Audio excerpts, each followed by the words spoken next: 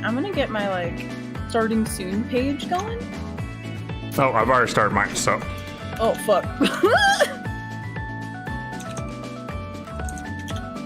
It's okay. No one's in my room yet, so. That's valid.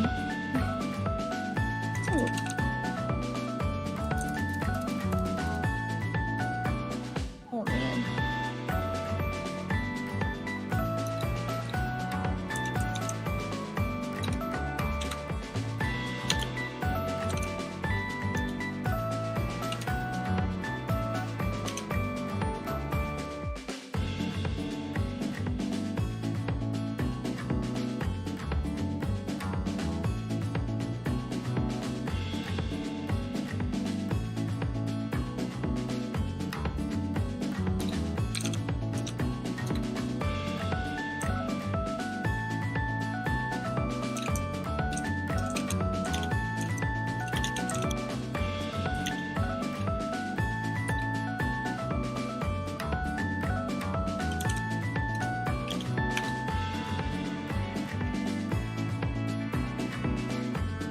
This game is a hot mess. Oh my goodness.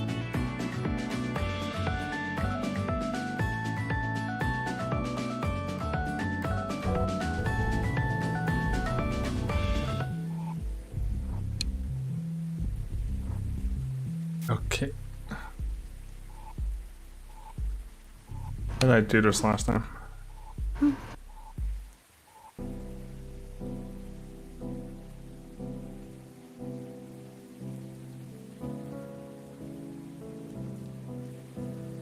Whoa, the quality on the stream definitely went down quite a bit. Oh, did it? Oh, rip. Do you want me to mess with the settings real quick? Yeah, can you check the options real quick? Yeah.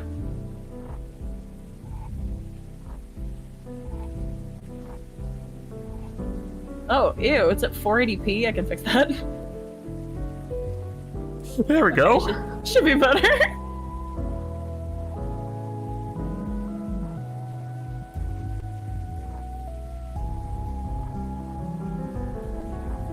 Whenever you're ready, you can do your like little intro first, then I'll do mine.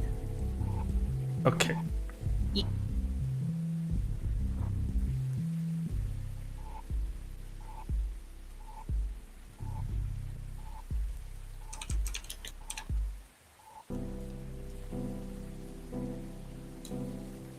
Hello, hello, everyone. Like a fireball blazing through the sky, Leah Barnett, the Silver VTuber, has arrived once again. And I am joined today by the lovely General Hugs, and we are going to be playing Necrobarista. Hello.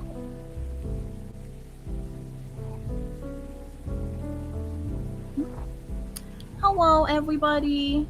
How's everyone doing today? I'm a little tired, but that's okay. Today, we're going to be playing Necrobarista with the lovely Liddy Barnett. I'm super excited to play some spooky, spooky coffee games. You ready? Yep, ready whenever. Sweet. Okay, I know absolutely nothing about this game. Other than it's about coffee. It's about coffee, and it involves ghosts, is Oh, everything I know. spooky ghosts. Oh, man.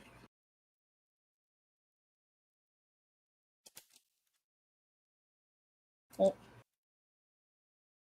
It's still loading.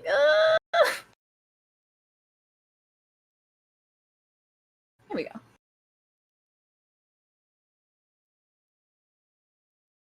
Do you want to do the opening bit? Sure. They thought of the faraway grave on the plane. They thought of the... You Oh, want to sorry. do like a back and forth thing, or? Sure. Okay. They thought of the comrade who came not again. They lifted their glass and sadly they said, Oh, that's an eye. is it on? We drink to the name of the mate who is dead. Oh shit. Henry Henry Lawson.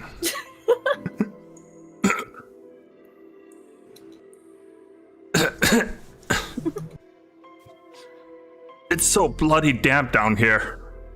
Are they British? Oh, they're Australian, actually. Oh, interesting. I know we're in a cellar. I can't do an Australian accent. Sorry to any Australian listeners. I can't do any accents, it's fine.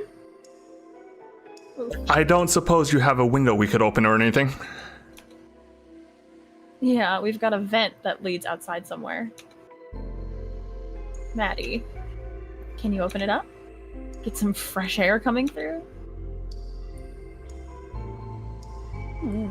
I think that's Maddie, the it's the girl. same character? I don't know what's going on. I'm pretty sure it's got a dumpster or something sitting on top of it right now. Besides, I'm busy. Just grin and bear it. Hmm. Ooh, Ooh, that's a fancy clock. right?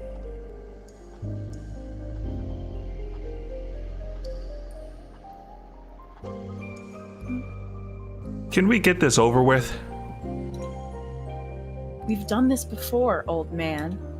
You know it takes a while to set up. Calm your farm. I do not appreciate your tone, young lady. Sorry. Can we get some more lights on, maybe? A lot of crap you've got scattered around the place. I'd like to at least know where I'm putting my feet. Fair. Ashley, would you mind? Oh. Interesting. Ooh, fancy. Thanks. ... You're more organized than last time I see.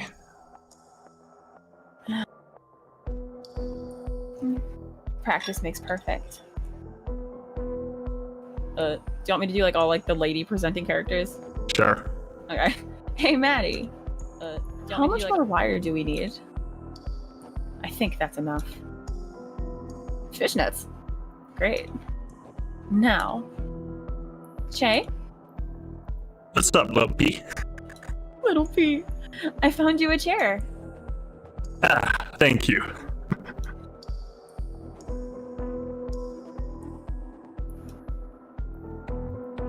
So, this whole thing.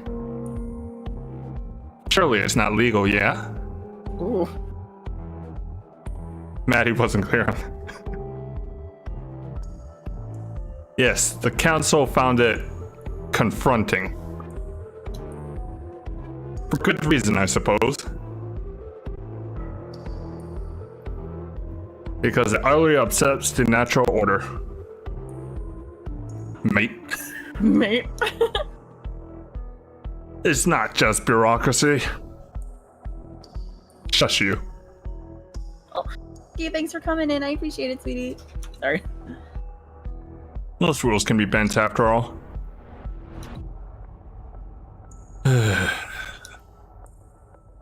And Maddie has a particular fascination with breaking the rules, Me too. as I'm sure you've realized. Hey, don't give her all the credit.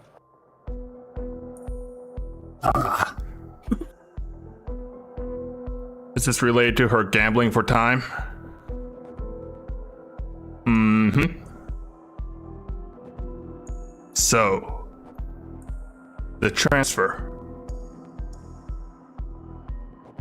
Was that the same sort of magic we're doing now, yes? Small scale, though. Doing it on a larger scale requires a bit more preparation. The council has successfully suppressed all available information about it, though. For good reason. I love him. What happens if something goes wrong? Well, you don't tend to mess up more than once. Fair. Or try it again after you fail, for that matter. Stubborn scholars notwithstanding. What do you even call this sort of magic, then? Ooh. Question's irrelevant. Because it's banned. Badass? I call it badass. Nice. Well, by definition, it's a conduit ritual. But looking past all the smoke and mirrors and fancy names, you can just call it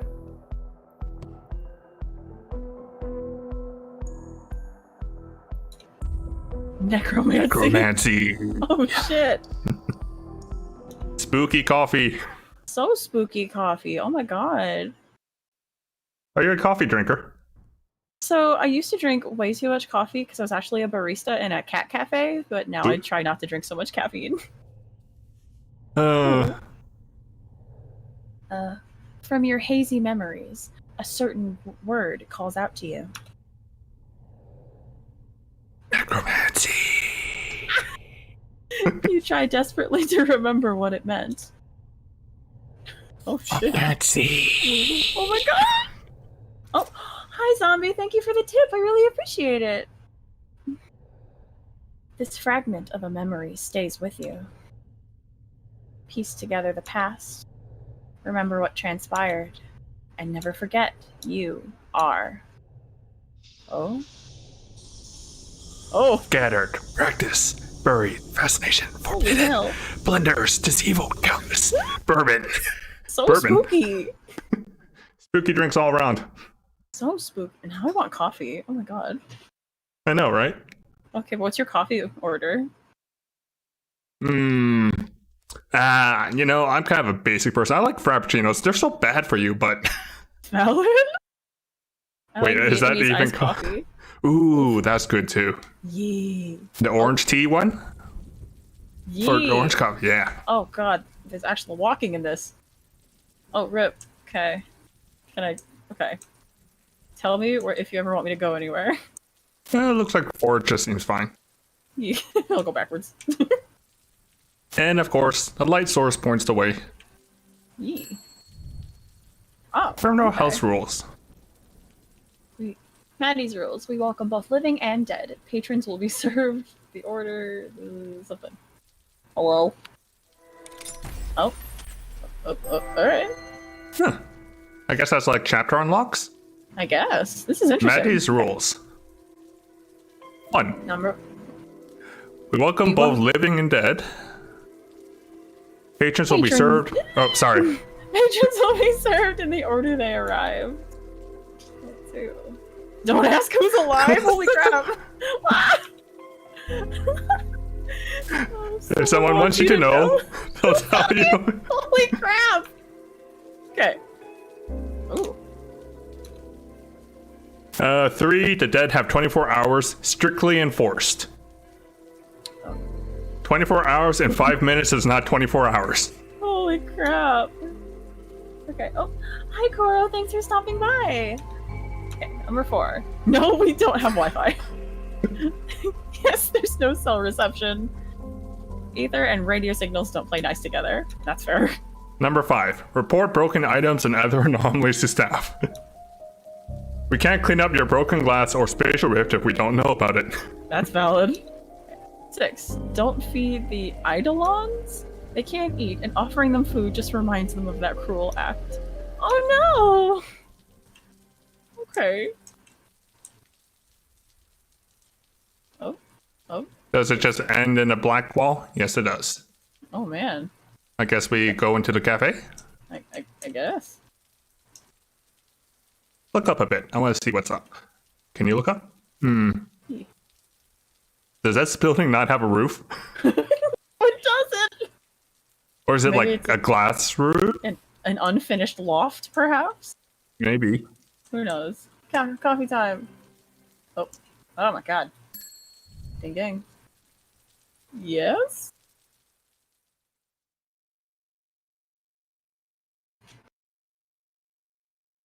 Well, this is certainly a different way of handling chapters. Yeah, this is really unique. I've honestly never seen a quote-unquote novel game like this.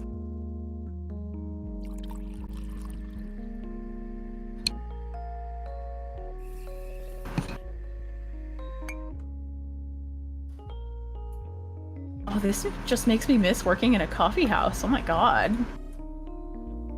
Okay, the terminal. Carlton, Victoria, Australia, 3053. The year 3053. Apparently. You want me to read the review? Yeah, go for it. Excerpts from online reviews. Pretty unremarkable coffee. Damn. Ouch.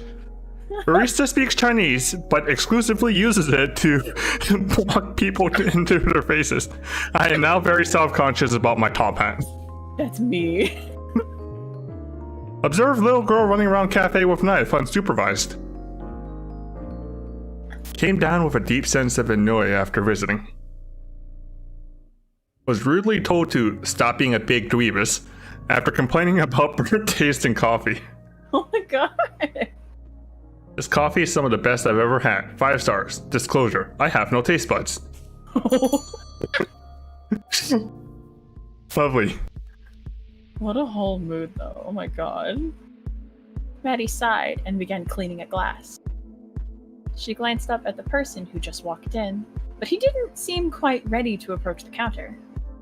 Hey, mate, you right? Ah! You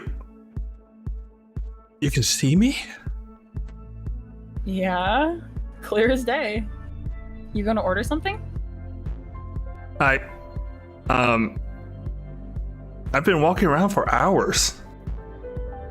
Nobody was listening to me. I don't know how I ended up here. I think you'll find it was the front door.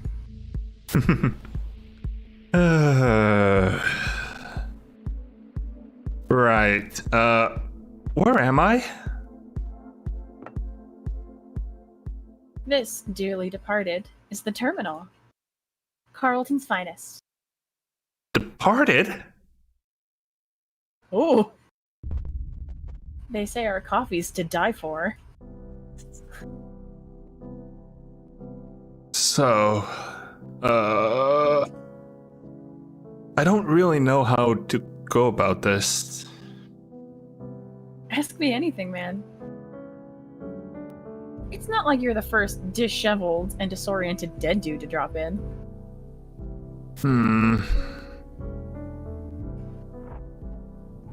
What does everyone else ask? Well, they generally start with that one. Ah, shit. And they always say that.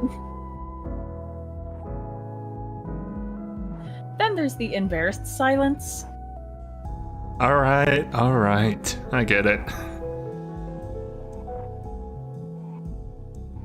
You always this mean to everyone who comes through, though?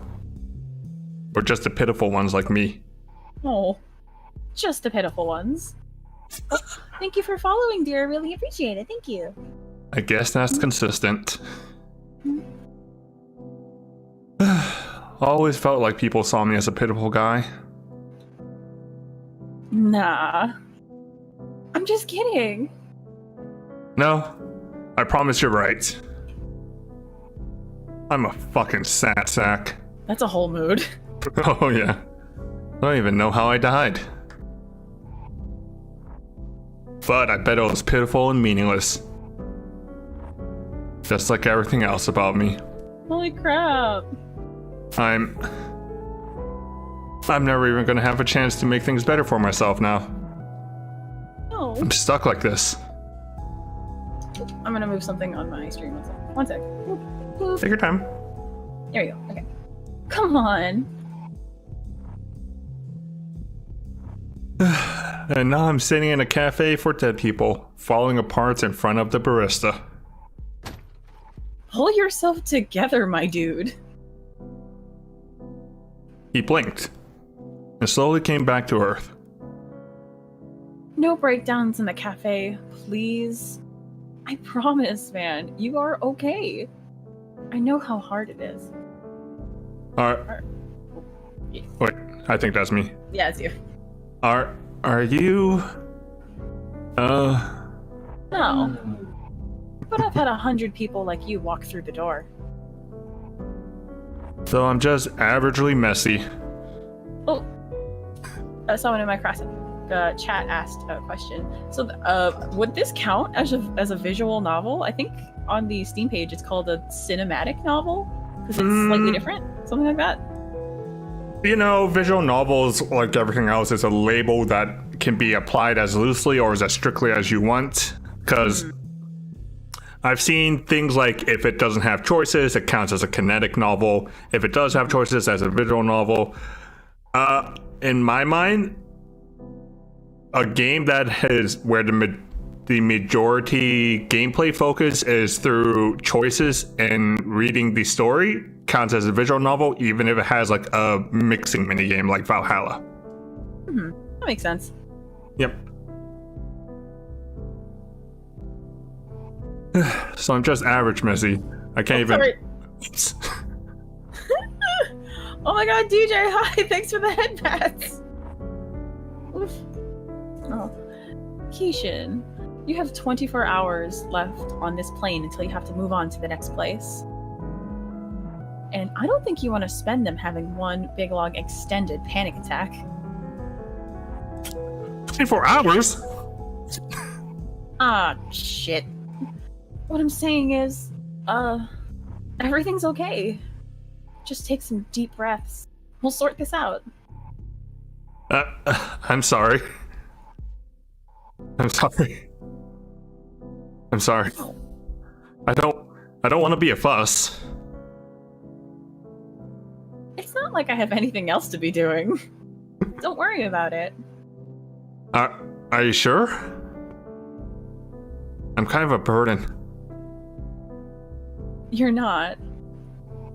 Chin up, mate. Let me tell you about this place.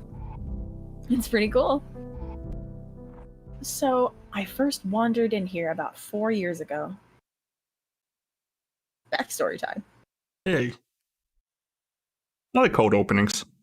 Yee! And that's how long you've got before you gotta move on.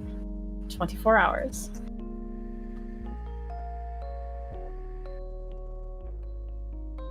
"24 hours to find out." Oh, that's you. Oh, shit. 24 hours to find out who killed you. That'd be a pretty good detective movie, right? Race Against Time. Oh, wait, no, that was you. Oh, damn it. It's I okay. guess. Well, what's the point if you have to move onwards at the end anyway? Kind of strips it of meaning. I don't even know if you'd care once you're in the next place. I don't know.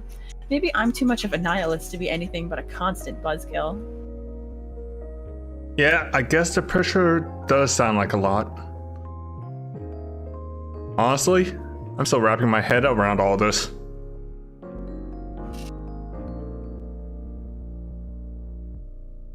Seems a bit outlandish, doesn't it? Mm-hmm. That's the word. I guess it'd be disappointing if you found out that you just died quietly in your sleep or something, though. Yeah. Most people don't die from being murdered. It's mostly sickness, or old age, or lawnmower accidents. Yeah. Well, they call them accidents, but really, loads of lawnmowers are possessed by evil spirits. That said... Wait. Hold on. You can't just drop that like it's nothing. Just confirms my fear of lawnmowers. Possessed lawnmowers? Seriously? Anything with spinning blades tends to attract them. Garden equipment, garbage disposals, blenders. I knew it. You're a right pain in the arse. Gotta exercise the blender at least once a month. That's wild, man. That's wild!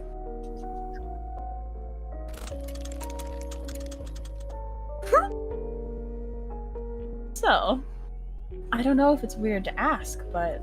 Oh, wait, no, it's you. Is everyone in here? Dead? Yeah.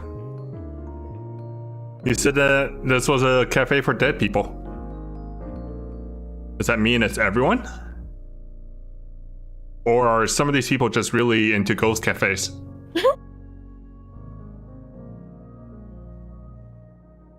That might be an oversimplification. Not everyone in here is dead, but this is one of the only stopping points between here and there. So we get a lot of your type. That's also why the rent is so high. Because those vampires who own the place know we get a lot of foot traffic. Literal vampires? No, just baby boomers with a lot of money. Same thing, I guess. True. Wait, this is the year 33,025. How are there still baby boomers? Oh god, do we have to put up with baby boomers for another 1,000 years? Oh god, there's a whole new baby boomer generation. Not even ready. So, to answer your question, there are 9 customers in here right now. Out of those 9, yourself included, I'd say 4 or 5 of them are just passing through on their way to the next place. How can you tell? Once you've worked here for a while, you sort of get a sixth sense for this kind of thing. Gotcha. Speaking of sixth senses, I've got one for trouble. Ugh. You have 2 sixth senses? Might just be a 7th sense. Hello, Ashley. I love her. Ashley was a young girl who adopted Maddie and Che a couple years back. Wait, Much in the what? same way. What? She's the one who adopted. Yep. Okay. Absolutely. Much in the same way that a puppy adopts a squeaky toy. She was ferociously smart and a budding genius, but still a kid nonetheless. Today, she smelled strongly of motor oil. Her right arm was coated with it. Maddie knew she'd have to help clean it off the joint later, and she wore a look on her face that said, "I'm an invincible genius." She was mostly right about that one, and Maddie hated it. Alright, I know that look. Spit it out. What? I don't know what you're talking about. Cut the crap, kid. What do you need this time? I'm dealing with a customer here. I'm not really needing any attention. I'm dealing with a customer. I need someone to hold a joint for me while I screw something in. Don't you have any clamps? We got a bunch for your birthday last month. They're all being used for other very important things. They were not. Rip. I'm pretty sure I saw one upstairs about 10 minutes ago. I need a helper. Ashley, I'm busy. Please. Hey. I could probably... Please. Oh, she's been holding it this entire time. Yeah. I could... Ashley, you've gotta let us work. We're not gonna get anything done if I have to keep going upstairs to hold screwdrivers and confiscate steak knives.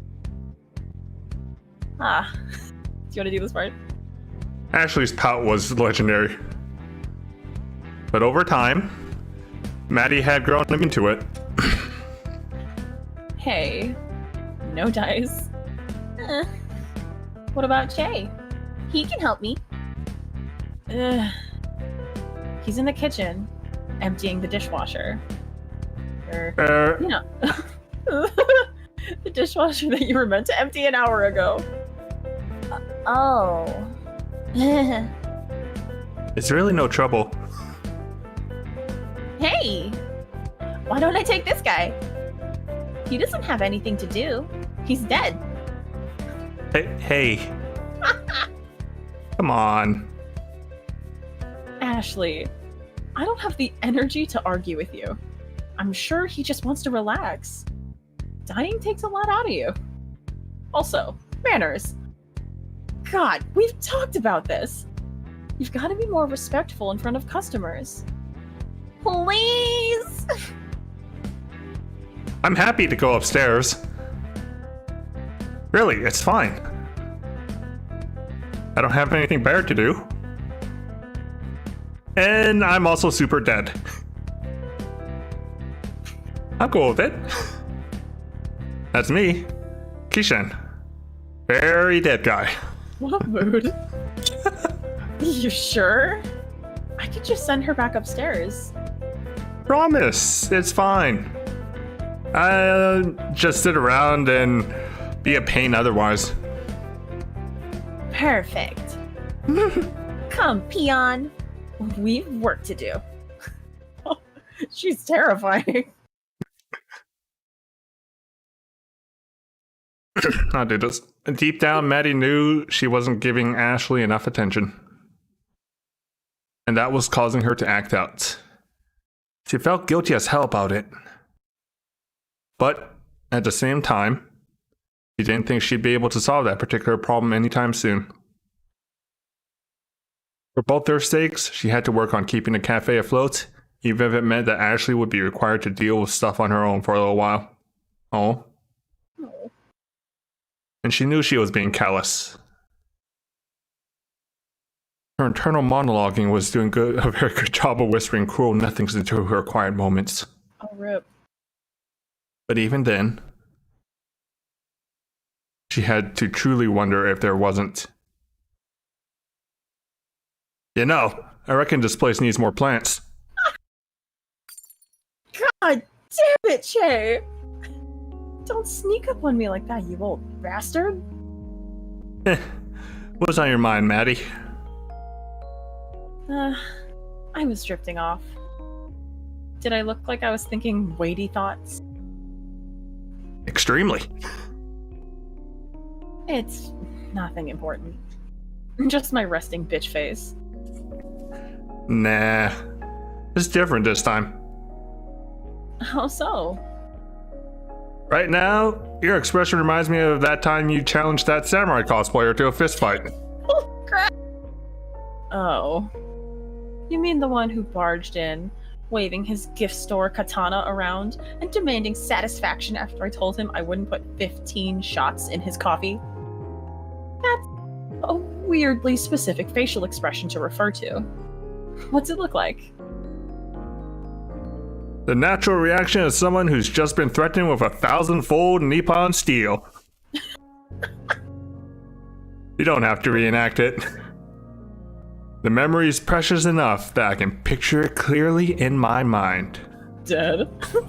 A sort of deep disgust mixed with a tinge of pity and just a touch of derision. Huh. It me. What a mood. Wait, this character is me. That's how I talk. You alright? Real talk. I'm fine. Is this an I'm actually fine, or more of a I'm having trouble processing in or expressing my feelings and would like to have a conversation to move in a different direction type of fine? The latter. Arrow. Offer still open though if you'd like to talk things out. In the meantime... Sorry. I grabbed that sea towel? My hands are wet. His hand's wet. Oh, yeah, here you go. That's Che, the one who was washing the dishes, remember? Oh, yeah, that makes sense. So, did you just feel like doing the dishes by hand, or... I could have sworn that I told Ashley to empty the dishwasher earlier. Nah. Been busted. Door latch broke, so we'll have to get someone to fix it. I don't want to make Ashley wash them by hand anyways. Her arm gets rusty. Ooh. So, I did it. No problemo. Makes sense. So anyways, we're gonna need to organize a repair. Unless you want to let Ashley give it a shot. I'd make the call myself. But our landline stopped working last week. Hey, Alpha Slayer, welcome to the stream. We're playing Necrobarista today. We have a landline? Yeah, ancient technology. You can transmit sound through a physical cable, an elegant tool for a more civilized age.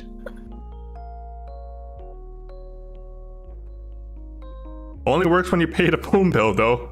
True. Aaron, thank you for the follow and welcome to the stream. We are playing Necrobarista today, a story about ghosts who visit a spooky coffee shop. Except not that spooky. Alright. Was that me or you? I lost track. I think it's you. Okay. I don't know if it'd be cheaper just to get it repaired or to just buy a new one and give Ashley the old one for parts. Sure. Costs are pretty close, all things considered. Who's the other person? That is General Hugs, my co-virtual, and she will be voicing the female characters for this playthrough. Yee.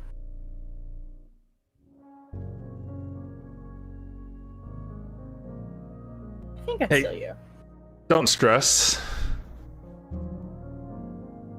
You'll worry yourself into an early grave. Oh, rip. Hey, you spent 50 years digging holes. You can't talk shit at me about digging myself an early grave, can you, old guy? Ow! You wound me, old guy. I'll have you know I'm barely, 170-ish. Kind of lost track after 100. Where's the lie? It was the middle of the gold rush. Everyone and his dog was busy digging holes. One thing different about me is that I eventually started digging up things more interesting than gold. Didn't dig up any mobile phones, though, did ya? Could have gotten yourself a head start on learning how to work them.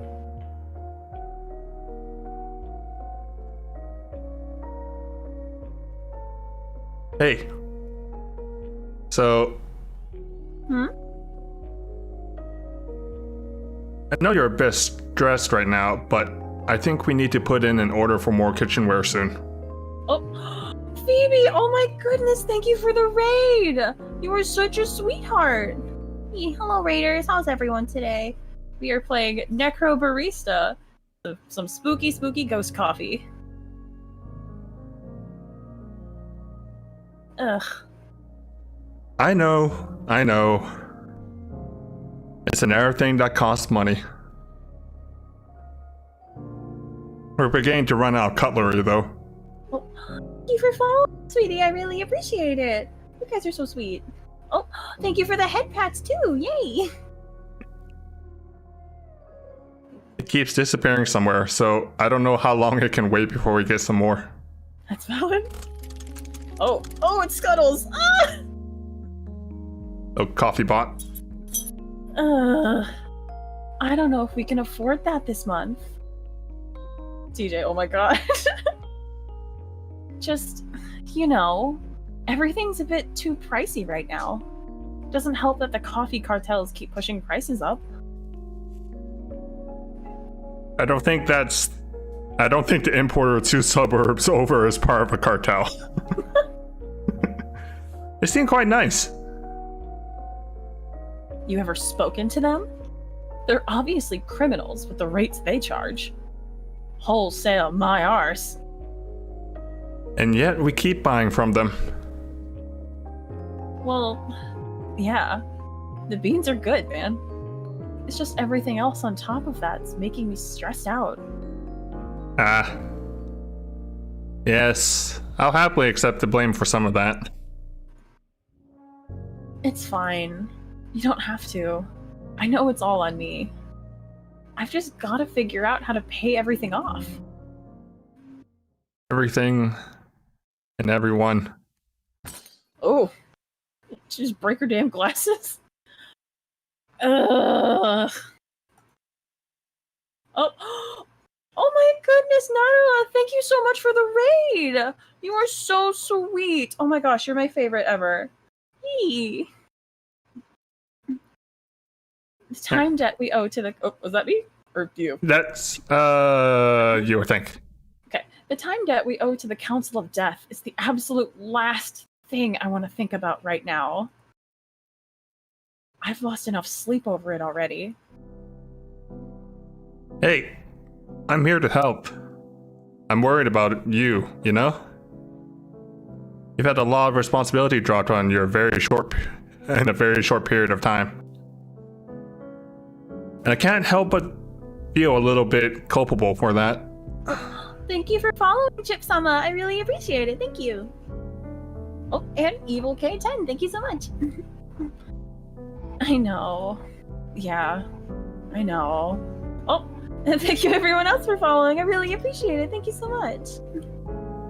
And you, I can't thank you enough. It's all right. Hold yourself together. We'll figure it out, just like we always do. I just don't want to deal with it, you know? Oh, thank you for the head pats, lovely. I appreciate it. Thank you. I get it. And I don't want you to feel like I'm imposing or interfering too much. Oh, thank you for the hydrate, lovely. I never drink water while I stream, and it's the worst thing. Oof. Everybody drink.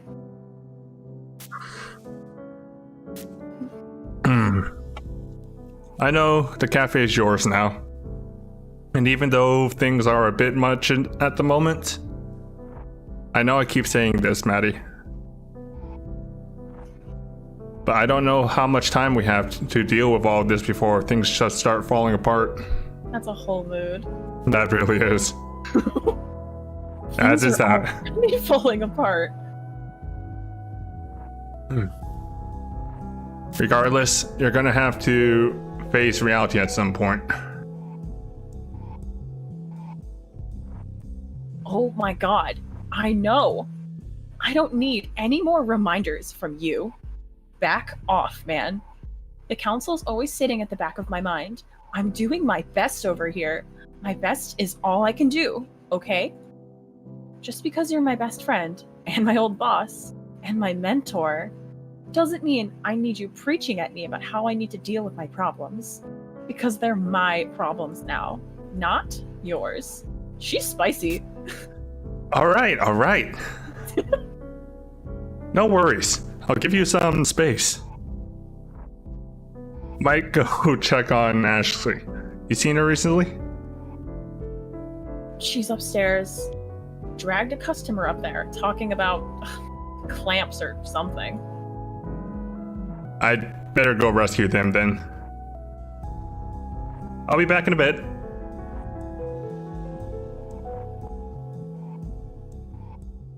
Oh, thank you for... Appreciate it, thank you. God damn it. He's right. We do need more plants in here, don't we? Oh, I think that's Ashley. So we're gonna strap a big old steak knife to it and make them fight each other. I love it. This is gonna be great. I want to build something that gets put on that TV show, Road Battle Royale, with flamethrowers on it. You're not gonna put this one. You're gonna put one on this little guy, are you? Oh, thank you, Chip-sama. I really appreciate it. A flamethrower? Probably not. But I want you to record the fight on my phone so we can send it to the producers. Yeah, sure thing. Let's get this knife attached. Pass me those zip ties. Zip ties. And the knife. And one knife? And my coffee. Are you sure? Who even gave you that? Coffee. Damn it. It's empty. My coffee is empty, Keishan. The world is beginning to vibrate? Maybe it's good that your cup runneth empty, yeah? I think my cup needs to runneth with more espresso in it. How many shots did you put in there? Too many, Keishan. But did anyone ask Icarus how many shots of espresso he had? Yeah, I'm reading a book about Icarus. He flew to the sun. I'm cultured. In unrelated news, I have a headache. I think you might want to read a little more about Icarus. There's a twist ending to that one. I'm holding a knife, Keishan. No spoilers. No spoilers! No spoilers! Holy crap. Alright. I'll just say hi. Maybe she won't sling a knife at me this time. This time. Who knows? Oh, Albemeyer in my chat just asked, what is this? This is Necrobarista. It's spooky and there's coffee in it.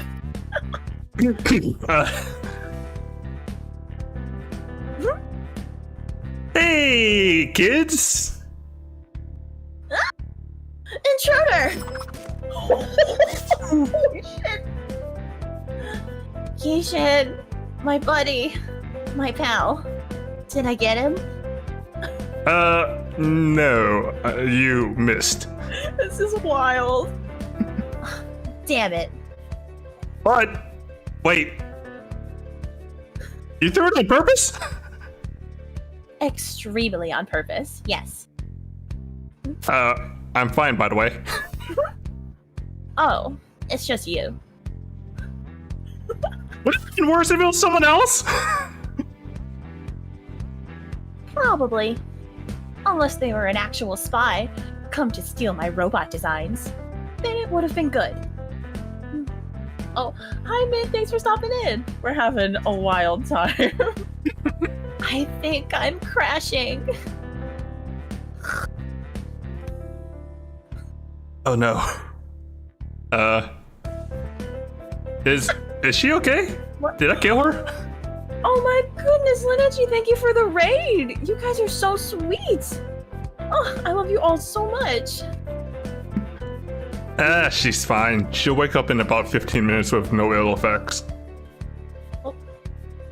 But you probably shouldn't give her any more coffee. Oh, thank you for the head pats, lovely, and thank you for following. I really appreciate it. He turns into a real goblin. Me fucking too, though.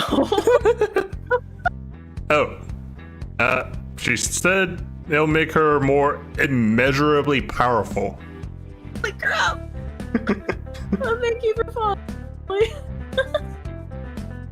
Well, I mean, she's not wrong. Holy crap. But, you know, great power, great responsibility, yada, yada, yada. She's 13. She's got plenty of energy already. Maybe not the sense of responsibility, though. Yeah, I don't even know how I ended up sitting here attaching knives to robots. She's very convincing. You don't have to tell me, mate. She basically lives here. Her parents would kill me, though, if they found out she nearly killed me. I have so many questions. Very good blind throw, though. She makes me proud in the worst, weirdest ways. Wait, she's not an orphan? Oh my god. Oh, man, thank you so much for subbing. I really appreciate it. You're my favorite. Oh. Did she even learn from the best? She did. But the best definitely wasn't me. Sure. Maddie's pretty deadly with knives. Loves her flashy tricks. Bad habit, probably. Oh, I just realized she has a robot hand. Oh, does she? That's why they said it was gonna rust. That makes sense. Anyway, I'm sorry. I'm being rude, very rude. The name's Che. I used to own this place. Now I just sort of sit around and cause trouble and sometimes have knives thrown at me, I guess. I'm Keishan. And I died today. What a whole mood. That was wild. Holy crap. That was a pretty interesting opening act. Ooh, what's this? I love them. Look at their little hands. I'm alive. I'm alive. Oof. We got a loud one here. I'll be nice. You know it's scary waking up. Or I should do this more robotic. Big lights coming towards me. I think it's reliving its last moments. Looks like it. What? What is happening? Hello! I do not remember having this many limbs. They kind of remind me of the things from Ghost in the Shell. Right? Alright, Join the club, pal. we're reborn in a new image. I see. I'm Kepler. Nice to meet you. And I'm Jacoby. I am undefined. Fair. Oh, thank you for following, lovely. I really appreciate it. I don't know if that name will stick. Its body is made of a milk carton. Should we just call it milk? No, too basic. Imagine if you just called me Goon, just because I'm made of a goon box. I wouldn't like that at all. What's a goon box? I don't know. Is that an Australian thing? Ashley was yelling about someone called Loveless the other day. That's a good one, I think. How does our new friend feel about it? Acceptable? Excellent. Nice to meet you, Lovelace.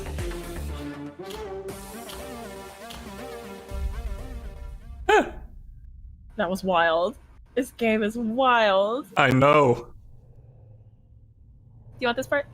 Sure. From your hazy memory, certain words call out to you.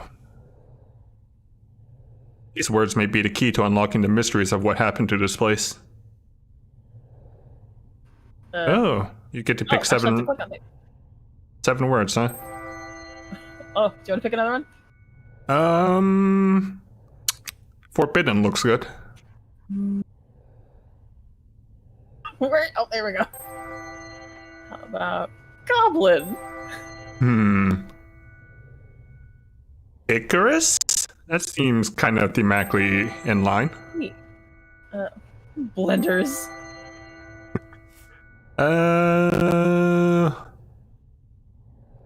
Holes? Hole.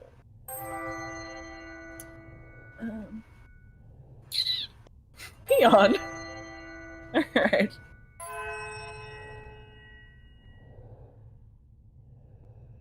As they flutter through your mind, you focus on a few and try to remember what they meant. Oh, ah! Lore! War. Guests! Che. Ashley. He's peon? Magic. Food. Perhaps with time, you may be able to cling to more of these fragments that flutter through your mind. What fragments will you choose to carry with you? What is it that you will find precious? Wild. Interesting. I wonder how that affects the game. I want heavy peonness. Oh, the place has lit up now. Okay. You get to explore a bit. Do you want me to go anywhere specific? Let's check out what's on the right because the camera didn't really pan a lot to that side. Oh, nice little booths here. You know, if this was a real cafe, it'd be very comfy. Right? Can I click on this? I think that's it over here. Looks like it's daytime and outside now. Ooh. Can we see what's upstairs? Yeah. Wait, wait. Can you look at the outside again? Yeah. That is definitely different Oh. because we were in an alleyway earlier. Oh yeah, we were. Interesting. It's It also upstairs is closed, so I think we just have to click on this again. Can we go outside though? Nope. In Looks short, like doors. Oh well. Doors don't exist. Huh. I wonder if this is like Magic Cafe teleporting to different locations type of deal. Maybe. Okay. This is wild. It really is. This is really interesting for... I've never played a visual novel like this before, and I love... Like, that is one of my favorite genres, mixing magic and technology together. Like, Absolutely. I don't even know what to call it. Magic punk? I don't know. Man, I'd love to see that. I could use a pick-me-up.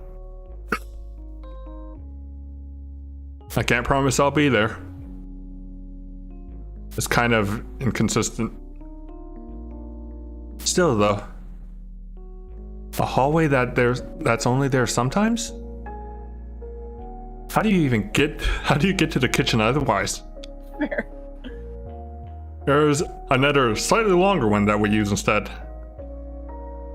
Much less exciting. But on the outside, it's consistently there. I love telling new people about it, though. The reaction's always hilarious. I definitely didn't expect her getting enthusiastic over a weird quantum hallway. That's valid. Oh. Hi, everyone in the chat. How's everyone doing? A bunch of new people popped in. Or enthusiastic at all, actually. Because as soon as I stopped to think about it, I realized I'm actually extremely messed up about this. What a mood. Ooh. Fancy spell symbols.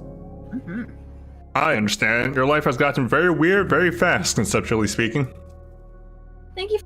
Lovely. I really appreciate it. Thank you. Or, your own life. I should be better at talking about this by now, shouldn't I? Geez, that's not a fun one to think about, huh? Just keep talking about the hallway so I can keep my mind off of this. That is... To be honest, I'm not sure I could even properly explain a lot of what goes on in here. The building's mildly sentient. Too much magic in the soil for it to not be, really. Oof. Someone in my chat just asked about my food poisoning incident. Ooh. Oh, R.I.P. me. Rip. I'm feeling okay now. I had eaten questionably old pizza. Don't judge me. And it didn't go well. Also, thank you for the head pats, Lovely. I really appreciate it. So, the cafe's alive? Oh, hi, Twinkie. Oh my gosh, you're my favorite. Not necessarily. Plenty of things have come to life here, but as far as we can tell, the building itself doesn't really fall into that category. Also, it mostly tends to shift itself in ways that are helpful instead of frustrating, so... Quantum hallways. Quantum hallways. I think that's you. Oh, that's me. No, that's me. I'm making myself a cuppa. You want something? Nah, I'm good for now. Also, what's the barista's name? I didn't actually catch it, and I feel like a jerk now. Ah, Maddie? She's the owner now, not just the barista. Still makes coffee, of course. But since she's the owner now, she has a lot more to juggle. Why are you asking? Got your eye on her? Eh? Oh. No, I have a boyfriend. Yes! What? Oh, jeez. This is a lot. Can't imagine how he's feeling. Try not to think about it. Okay. Yep. Okay. You want that drink now? I think I want something a little more potent than coffee right now. Sorry. What a mood. Yeah. Thank you for following, Lovely. I really appreciate it. Don't enable him, Keishan. Shush.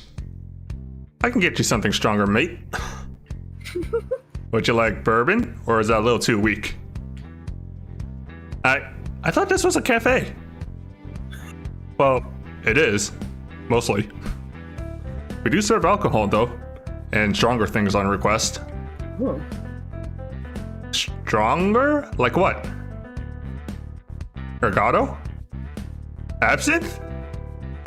Pure ethanol? Yes. You think a place like this wouldn't have anything stronger than that? Stronger than pure ethanol? Sure. Oh, that's you. Oh, that's me. No. Yeah, I didn't see the little head. Sure.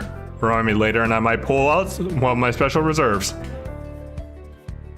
Don't enable him, Keishan. Hey, someone's got to drink it. I know you're not going to touch the stuff aside from setting it on fire. I have perfectly good reasons for wanting to set a puddle of distilled soul on fire. We'll have to agree to disagree on that one. So, Keishan, what it'll be? Actually, I changed my mind on coffee. Can I order something complex? Gotta treat myself to my last day on Earth. I'm after a sugar rush. If we add ingredients, it shouldn't be an issue. Maddie can whip it up for you. Cool. In that case, can I have a large quadruple shot, double vanilla caramel, no foam, super hot, reverse, coconut milk macchiato. That is something I drink. Dude. Oh my god. With 2 sugars and whipped cream on top. Maddie? Yes, dearest? Can you, I don't quite know how... Is this real? Oh, is it too much? I was gonna ask for a splash of bourbon on it, but that seemed a little extra. It's a little extra. Just a tad. Whoa. Yes, it is too much. It is a bad order, and I hate it. How bad? First one you've ever seen? No, I just hate it. Dang. Every single word of that increased my urge to set the espresso machine on fire so I wouldn't have to think about making coffee ever again. Except the bourbon bit. I put that in my coffee too. So with that all in mind, I have a counteroffer. Yeah? I'll make you another double shot long black, and I'll put bourbon in it, but I won't call you a hipster this time. If you decline my offer, I will strip your soul from your body and use it to scrub the counters at closing time. They will smell delicious afterwards, if that's any consolation. Yikes. That does sound like a competitive counteroffer. Not the soul thing. I'll take the coffee. My generosity knows no bounds. Nor me.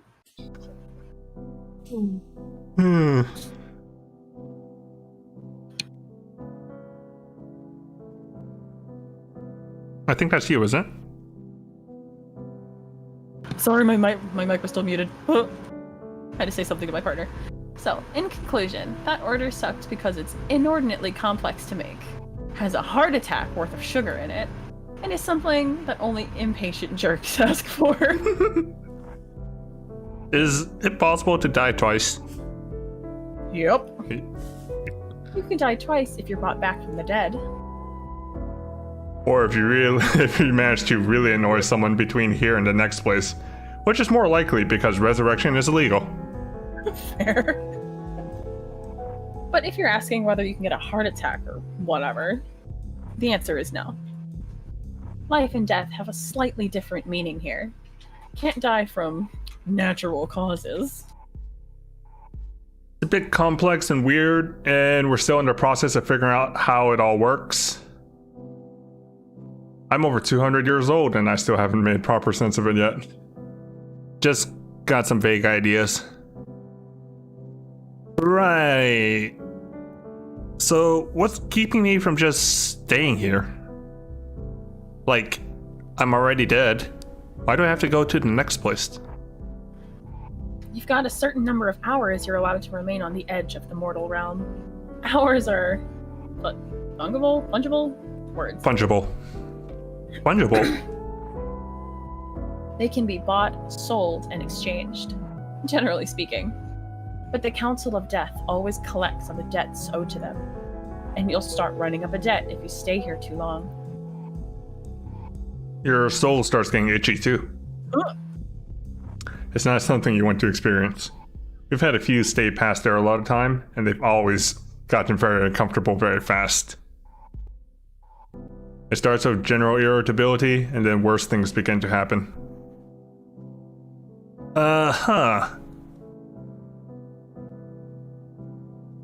It's a weird thing to wrap your head around. How long do I have before I need to make myself scarce? Oh, the outside changed again. Ooh. You get 24 hours. Any longer, and we start to pick up the tab since you're on our premises. And as charming as you are, we've already racked up too much time debt from letting people stick around past their expiry date.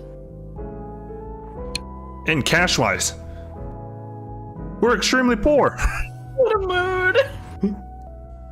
We've been a bit too lenient in the past, letting people stay just a little longer instead of gently shooing them onto the next plane of existence, etc. You know the drill. But hey, since hours are fungible, you can always acquire them some other way. There's actually something happening tonight, that you might be interested in. Seriously? You're still doing that? Shush. You know the council doesn't look on that stuff favorably. Ned said so himself. It draws customers and helps us shave down the debt. I'll take whatever I can get. Oh, and hey, fuck Ned. We have a 13-year-old right here, you know.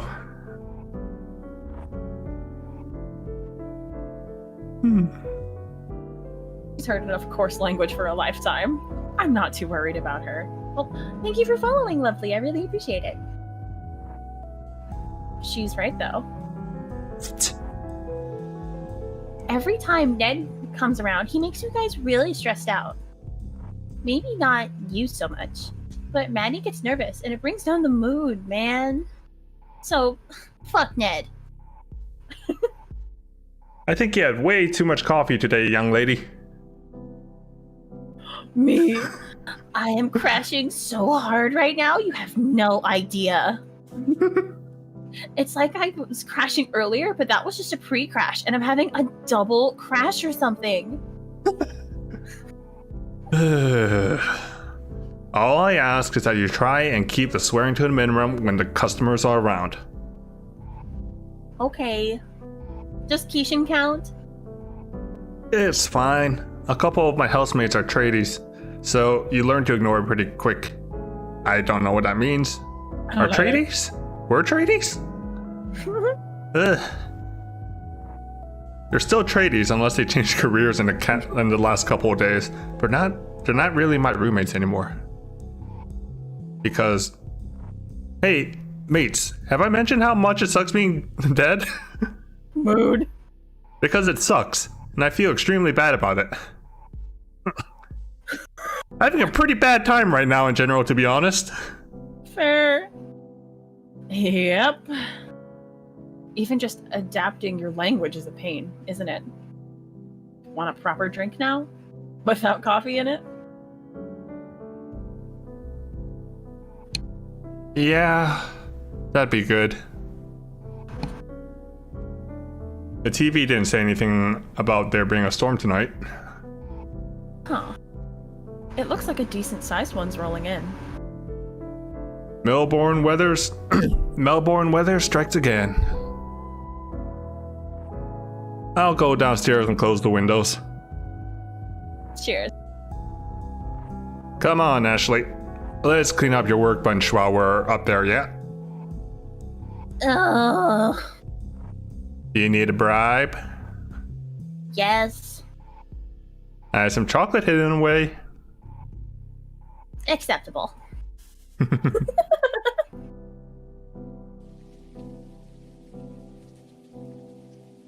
Wait.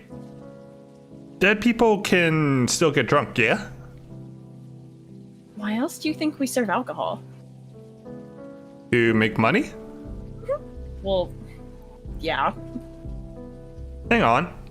Do I even have my wallet? Doubt it.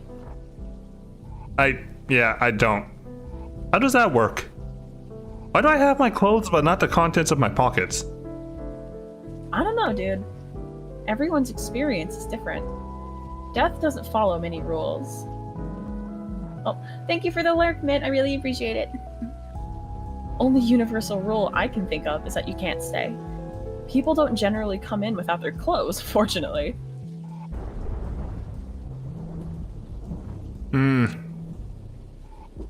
So, about this drink, I guess you're gonna give me straight vodka or something? Why is that? You don't like making complex drinks. Dude, no.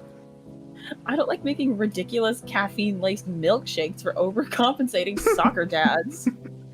I'm happy to mix a cocktail within reason. Oh, okay. What do you got then? Chase got everything you can think of. And then some. I could go for a mint julep. Hey, what's that outside? Oh. Hello? Intimidating. Outside? Some guy out in the rain? Oh, shit. Maddie? Maddie, what's up? Let's get started on that drink. Ooh. I think this is Ned. Hold on. You're good. Morning. I? Oh, recently departed. Hey, that hat you're wearing kind of makes you look like Ned Kelly. I could have sworn you were standing outside literally a second ago. Oh, thank you. Hey, I hope your debut went really, really well. Yee. Yeah, someone had their debut. Yeah, my friend Hachimi. Oh, Yee. well, Went congratulations on your debut. Yeah. really well. Yee. So, how'd he die? Good morning to you too, Ned. Oh, thank you for following, lovely. I appreciate it. It's 5 o'clock in the afternoon, Madeline. Piss off, Ned. That's not even my full name. Isn't it, Maddie? Chase said it was, and he never lies. Oh, thank you for following, lovely. I really appreciate it. He never said that. Well, no, but it was worth a try. A try at what? Catching me off balance? Some shit along those lines? Mate, I'm so off balance right now that a light breeze would knock me head over arse. Don't push me. I love her! Hey, this mint julep's great. Just wanted to contribute to the conversation. Oh, someone in my chat just asked if there's someone named Che in this game. Yes, there is. Yes, there is. So, you catch the game last night? Yes. I know that Carlton beat Collingwood again. I don't care. Ooh. Just making polite conversation. You should try it sometimes. Maybe. Not for you, though. You've never come in during daylight hours before. What do you want? Nothing much. I'd like to talk to Che at some point, but it can wait, seeing as he's missing. Planning on sending out a search party? Might do. It'd be a shame, though, to lose an old friend by letting him wander into some train tracks or something. Thank you for the head pats, lovely. I really appreciate it. Yeah, well, shut up. He's upstairs last I saw. What was the last you saw, Maddie? Tell me. Why are you like this? What was it? Oh, thank you for the more head pads, lovelies. I really appreciate it. Thank you. Last saw him walking upstairs. So he could be anywhere then. Probably fled the country to dodge the massive time debt you're racking up. He kind of looks like the Thumbs from Spy Kids. He does. He can't go far. I've got him on a pretty tight leash. And in regards to the debt... It's not your problem. You must not have heard. Not your problem. Che! Your dickhead friend Ned is here! Oi. I'm a distinguished gent. Not dickhead.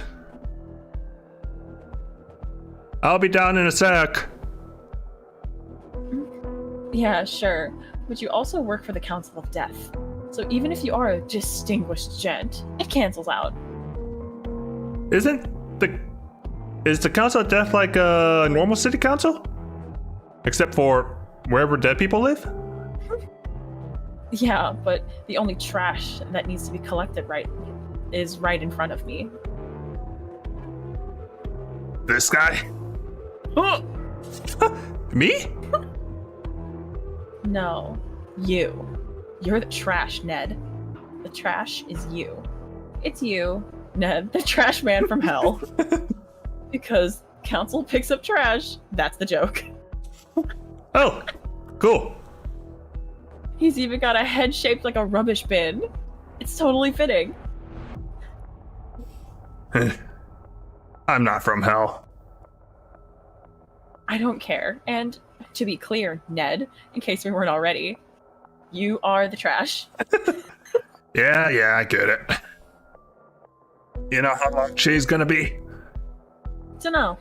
He was busy upstairs with Ashley. Yeah, I had to hide like 5 steak knives from her. What a mood. I didn't even know we had 5 steak knives. Be quiet there, mate. Or be quiet there. How long have you been sitting there?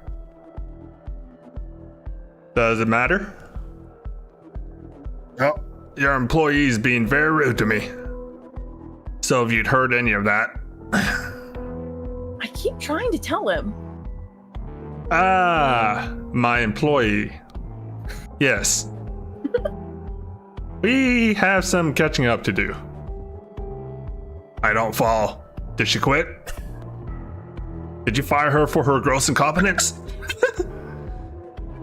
Far from it. You see, there's been a bit of a shakeup in the cafe's management structure since you've last visited. Oh no, don't tell me you gave her the old thing. Okay, I won't tell you. I tried to tell you before, man. Hey, does anyone else like mint juleps? I love him. Because this is great, and I'm nearly done. But my tongue is numb, and I'm wondering what the deal is with that. Was there something else you wanted to discuss? I need a drink before we go through all that. Sure. The usual? Yes, please. How come he gets a curly straw? So, Che, spin me a tale of how and why you've handed down the cafe to this person. Well... Every man's got his price. Can my price be a curly straw too? Buddy, I'll give you 2 if it means you stop complaining about numbed lips. Yeah, what did you make with this? I couldn't find half the ingredients, so I put a bunch of... what is that called? Regato. Regato and chili seeds. It's got some of the stuff though, so it's a mint julep in spirit, if nothing else. Does this have any mint or julep in it at all? It definitely may be lacking mint, and I cannot confirm nor deny the existence of the mythical julep. You asked for Regato earlier though, so there you go. Mission complete. Maddie, I am getting very drunk very fast. Regato does that to you. Here, I think you should have a little lie down. I'll get you some water. I'm as strong as an ox. I don't need to lie down. Keishan, my dude, you absolutely need to get horizontal as soon as possible. You can sober up in one of the booths in the back. It's nice and quiet over there. I'll fight you. No, you won't. Up you get, mate. Bloody hell. It would have been helpful if you told me about this before. Probably. I'm not worried about it. Maddie knew what she was getting into with this whole cafe situation. And it's natural that it might take her a while for her to get the hang of running a business. Bloody hell. Bit of a dog's dinner though, isn't it? Oh, for sure. But it'll get better. Like I said, not worried about it. Well, you might want to hold your judgment on that for a moment. I am unfortunately here on official business. Oh, I shouldn't have given you the straw then. Nope, you shouldn't have. It looks quite silly. Want me to get rid of it? It's just Maddie. She won't use it to derail our conversation or make me look like a fool or anything like that. Straw? No, I'll get you one after you have a nap. You can sip the water like a normal person. I'll put it with the dirty dishes then. Oh. The sacrifices I make for this job. Hey, you met me through it though, so it can't be all that bad. That was a bloody 100 years ago. Man, really? Longer. Time flies when you're immortal, huh? Quasi-immortal. This old rust bucket's still got an expiry date somewhere down the line. What's this about immortality? Hey, you should buy more plants. Plants! Shut up. Sorry, continue. Immortality? Nothing that I trust you with, that's for sure. Aw, don't you want to see crotchety old me being rude to youngsters in 100 years? Truly, I do not. The far future doesn't need more amateur necromancers. Your loss. So, you two heading upstairs? Actually, Ned does in fact have something fairly important to discuss with you. Oh? It's about the debt you owe to the council. Yeah, I know. What about it? Oh. Maddie, it's time. Oh. You owe us over 600 hours. Chase signed a contract, the hours, or the cafe. You own the cafe, so you own the debt. And tonight, I've come to collect. Interesting. Ooh. Ooh, music video.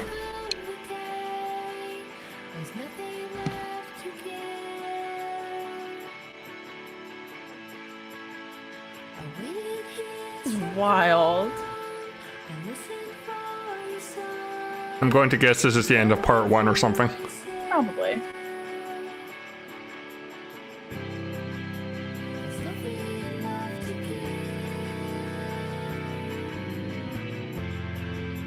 Ooh.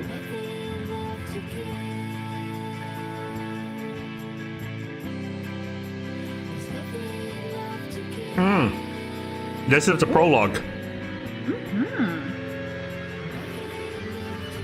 Holy shit. Oh. Oh, I'm so hyped. Oh.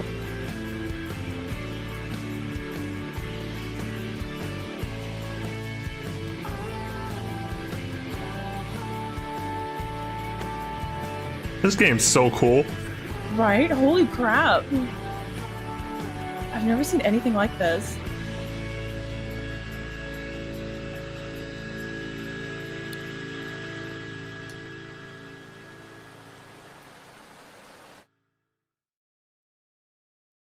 Wild.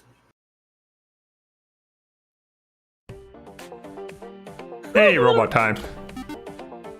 That was kind of intense. Do they do that often? The song and dance thing? Yeah, what do they think they are? Some kind of anime street gang? What sort of self-obsessed jerk has their own theme song? Don't be a downer, pal. No, I was talking about a dramatic encounter. Oh, between Maddie and Ned?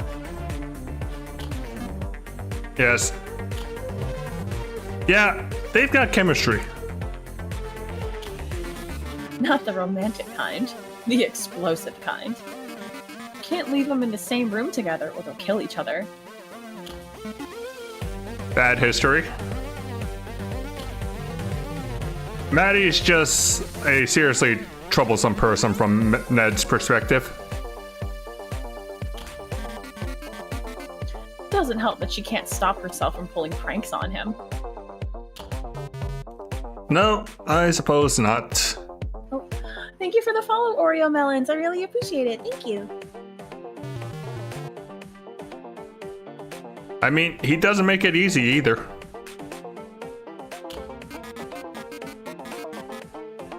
I don't think he's used to having his authority questioned. She really gets under his skin. Wasn't he a famous criminal? And therein lies the irony of the situation. What a strange world we live in.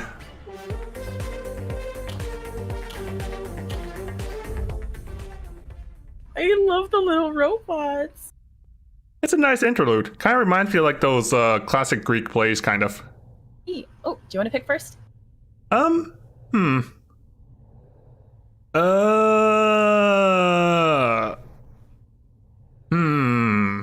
Right. This one's hard. I know. I guess housemates? Housemates. Okay. How about Itchy? Dog's dinner. Good choice. Bourbon. Resurrection. Pockets.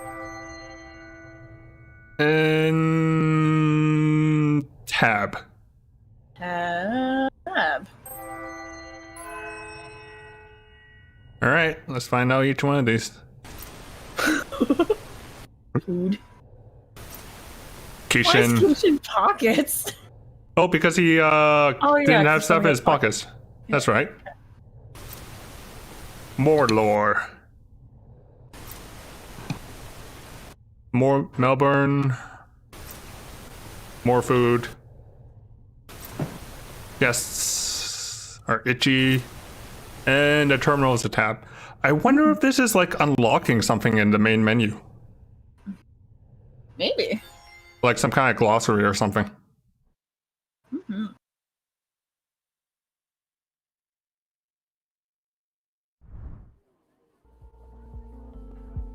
Oh. Oh, you know what it is? What? The sign out front. Remember when you had to unlock something Yeah. The first time? Yeah, it's probably giving us like tokens for that or something like that. Gotcha. Okay. Oh. Oh, we're upstairs now. Oh, it's really whoa. dirty. Oh, it's so laggy. Hello. Okay, that was weird. This space is not well optimized. No, this game is not well optimized. Oh, speaking of which. Oh.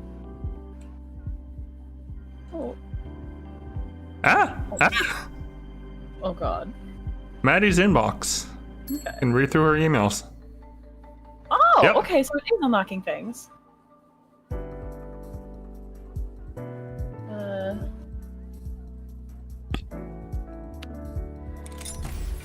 Oh, what an interesting way to expand on the game's lore and stuff.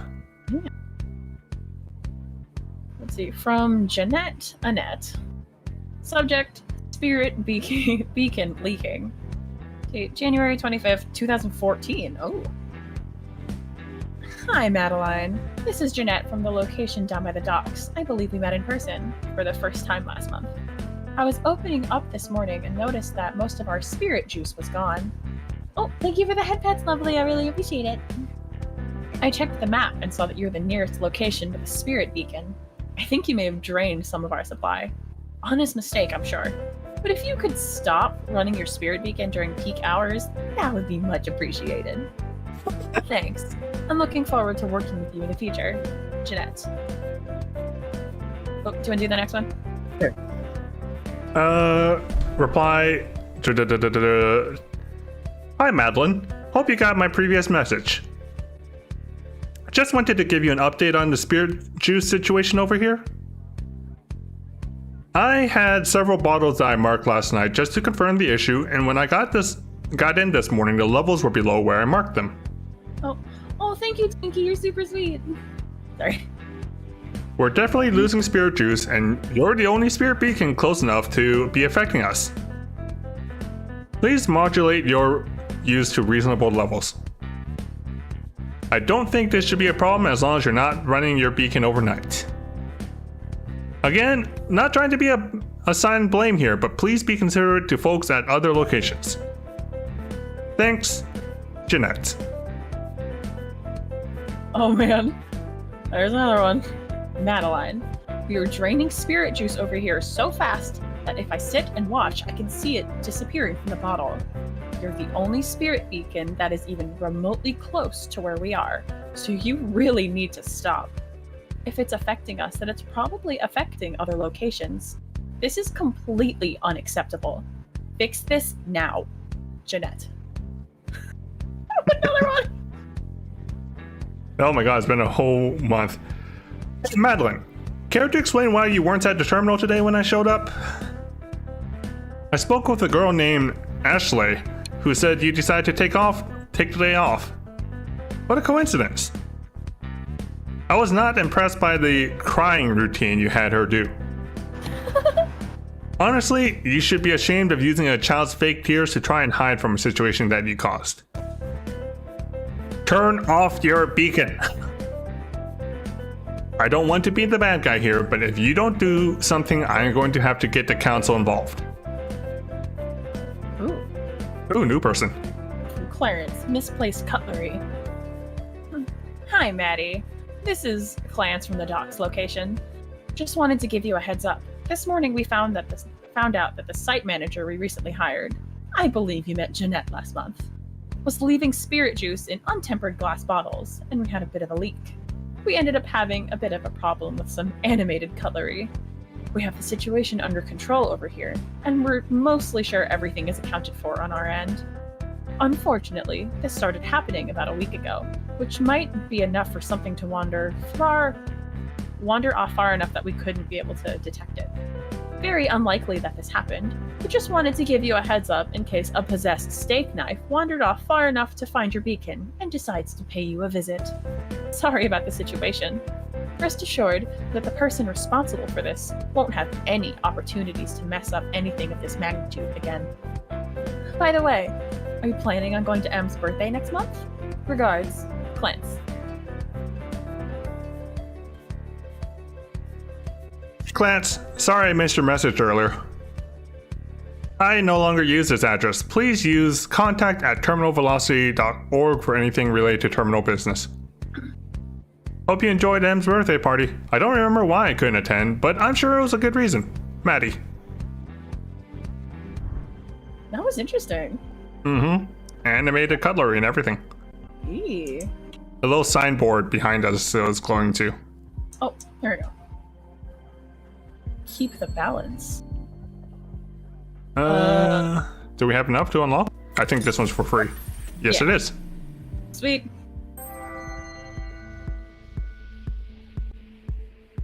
You're overdue this week, said Ned. He tapped the list of rules that Maddie kept posted by the door. This 24-hour rule? Are you sure you've been enforcing it? I think Oh, yeah, it's Maddie Lines. Yeah. I think how we run things around here is none of your business, said Maddie. Actually, it is absolutely my business, said Ned. In fact, keeping the rules is basically my only business. That's kind of what the word enforcer means. I'm supposed to scold you for breaking the rules. Don't audit me. Fine, said Ned. Let me check your ledger. We don't keep a ledger, said Maddie. Maybe you should, said Ned. Lots of places do. It's a great system. You have someone stand at the door and have them mark down whenever someone comes in or leaves. Then you forcibly evict people who are overstaying their welcome. I'm amazed that you don't have a system like that in place. Next part's Che. Oh. Some people overstay their welcome and other people understay it, says Che. There's no need to strictly keep track of how long people stay, right? Just maintain the balance. You're right, said Ned. All that matters is maintaining the balance. So maintain the balance, because when you don't, then we have a problem.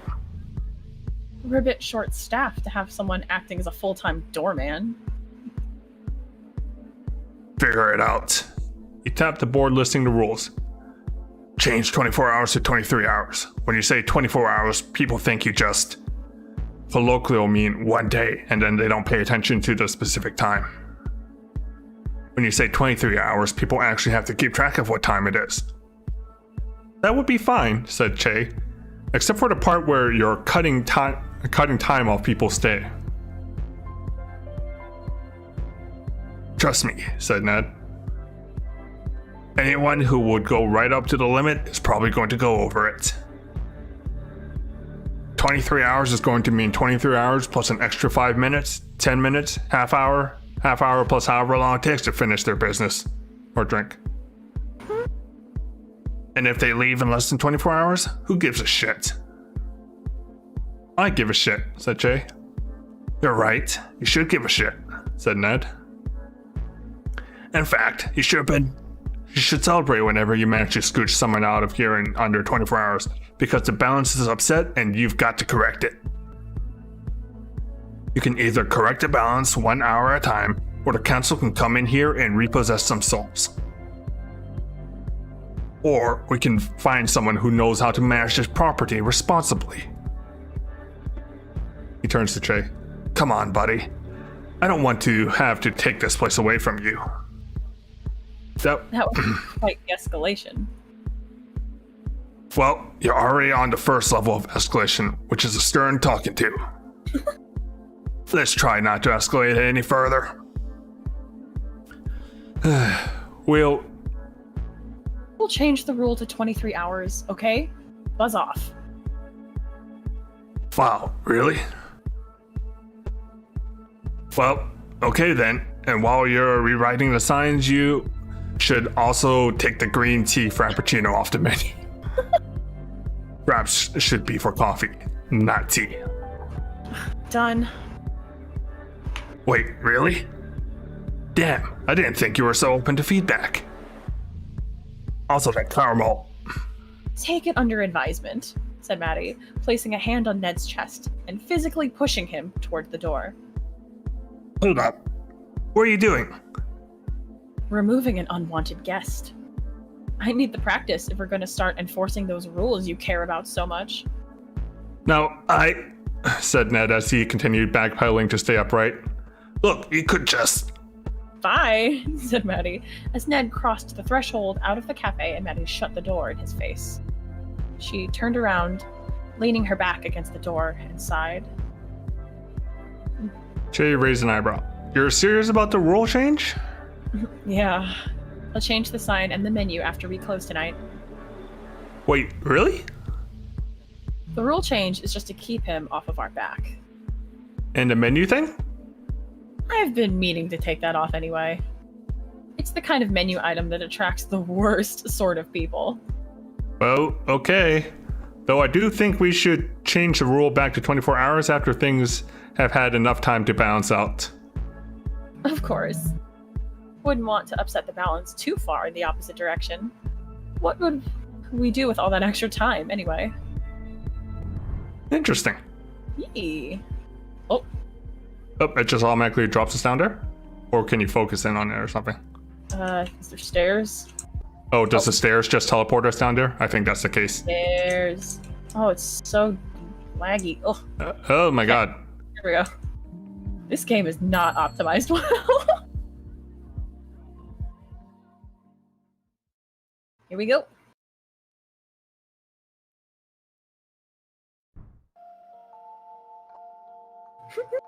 Oh, he got drunk. Day 2. Ugh. Rise and shine. Don't wanna. You shouldn't waste your last hours on Earth sleeping. Man, I was hoping that I was having a really long, weird dream. Sorry, no such luck. I'm still having trouble getting my head around it. I totally understand. Want some coffee?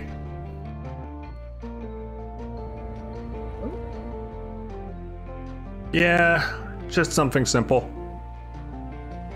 Hipster coffee coming right up.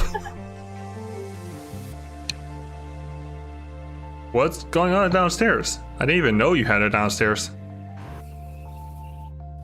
There's more to this place than meets the eye. Maddie's down there, desperately trying to fix our debt situation. Oh. Sounds like she's hosting a cage match or something.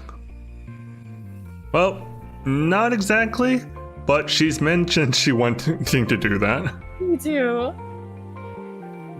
There's some wrestler called the Red Comet that she wouldn't stop talking about for a while.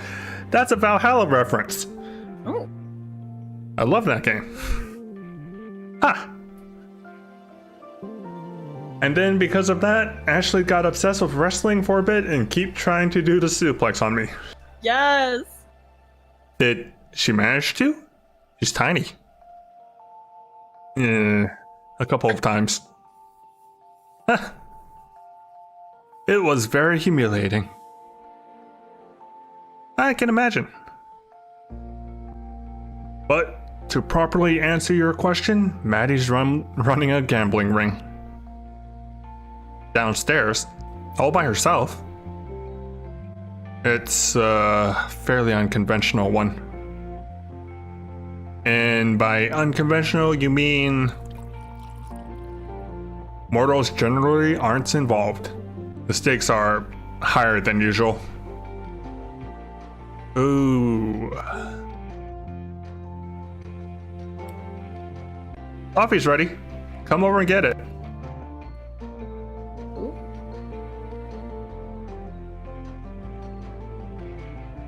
They gamble for times, among other things. You don't sound like you're a huge fan of the idea. I'm not. It's undignified. I mean, as long as Maddie's not in any danger, shouldn't it be fine? The council doesn't like it. They turn a blind eye because we don't cause trouble otherwise. But I'd rather not have to worry about bad things coming our way. Because Maddie refuses to approach the problem from a different angle. And by the problem, you mean Zep, right? I was pretty drunk, but I think I remember Maddie storming off after Ned turned up. Yeah. I'm a bit worried about her.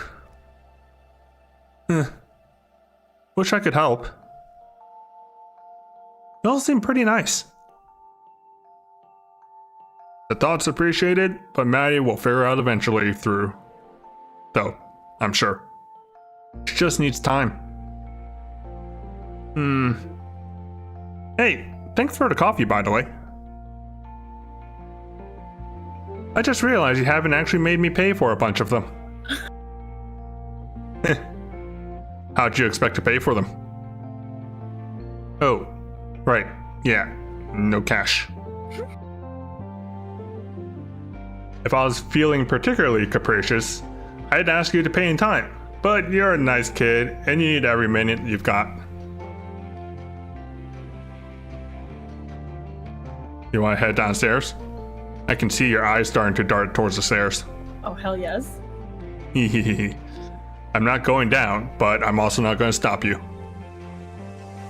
Yeah, if that's okay. Go on then. I'll stick up around here. Catch you in a bit. Necromancy fighting ring is... Hell yeah, necromancy fighting ring. The stairs that led down the basement were solid and well worn, with smooth ruts on each step and a handrail that has been polished to a silky sheen through years of use.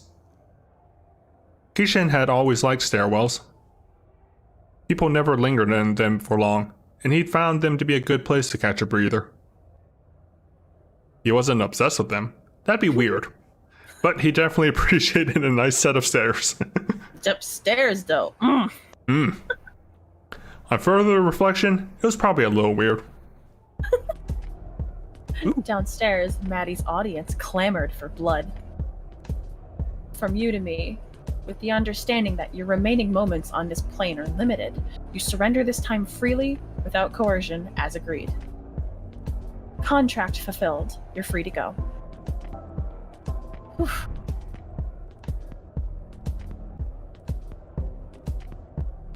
That's 3 in a row, you bloodthirsty bastards. The crowd cheered. Maddie was clearly an expert at winding them up to a frenzy. Who's next? The room fell to a dead silence. Come on. Isn't anyone here brave enough to challenge me? I thought you came here to play with knives, you pansies. Seriously, anyone? Don't hold out on me. Do I need to pick someone out from the crowd then? Is this what we've come to? Maddie's gaze swept the audience. Kishin, good to see you upright. Interested in a game of skill? Me? Yes, you. Oh, sure? Give me some enthusiasm, my man. Yeah, sure. What's the game? 5-finger fillet. Some of the people here just call it the knife game. You heard of it?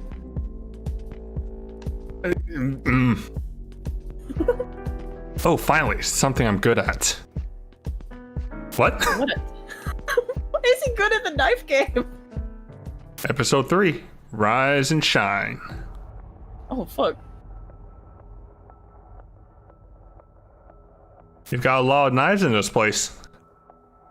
Tell me about it. Damn, this thing has a good weight to it.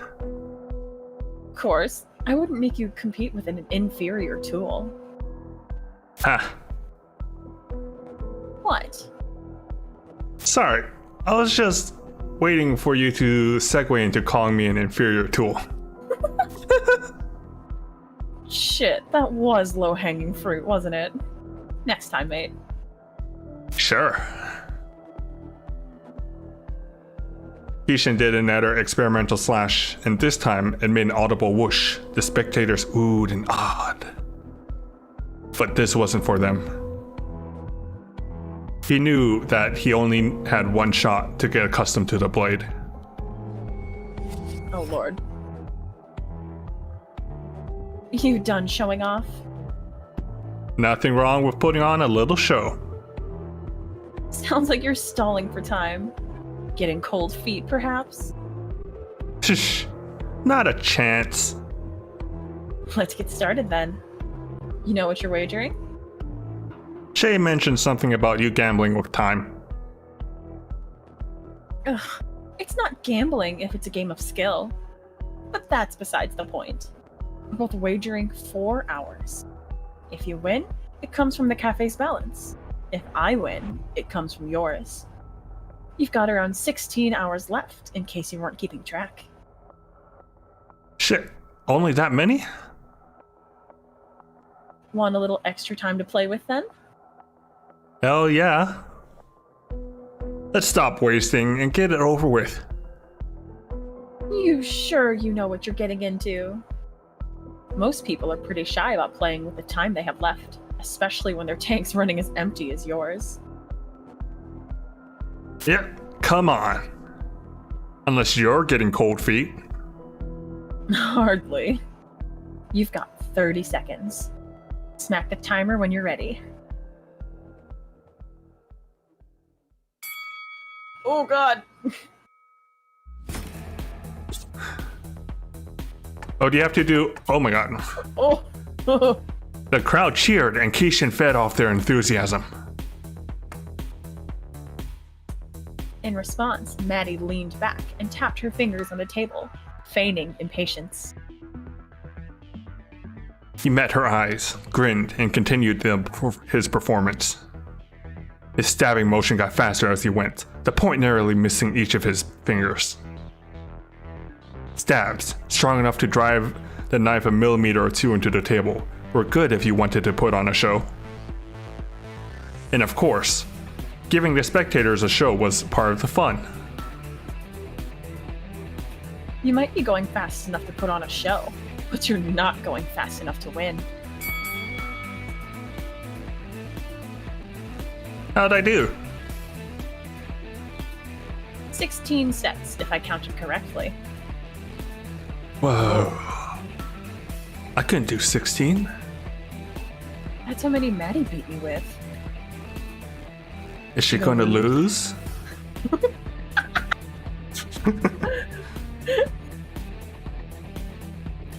Feeling good about that result? Certainly am. Rightio then. Watch closely. Oh, I will. 16. Oh god. 1, Oh, 3, 7, oh my god. 11, Oh. 15. Ooh.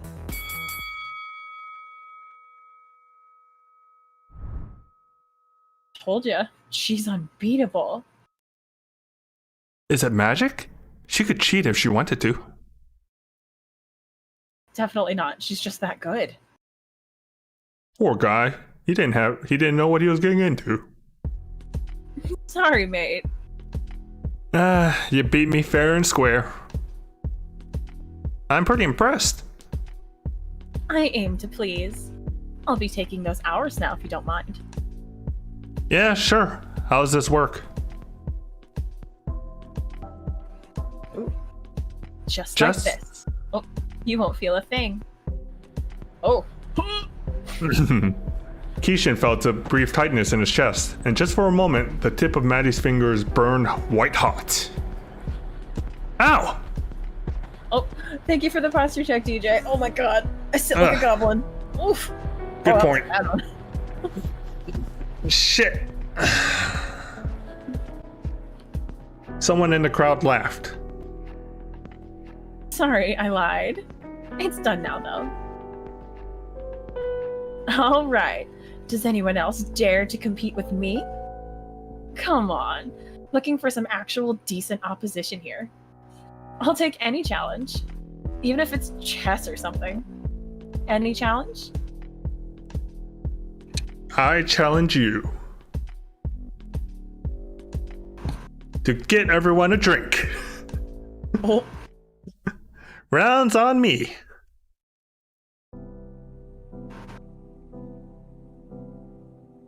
I didn't realize you were watching.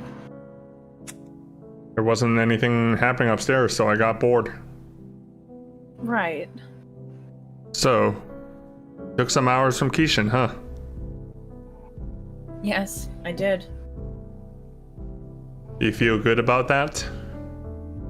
Che, Do you? I won them fair and square. Oh, thank you for the hydrate, lovely. Oof, yeah, my throat's killing me.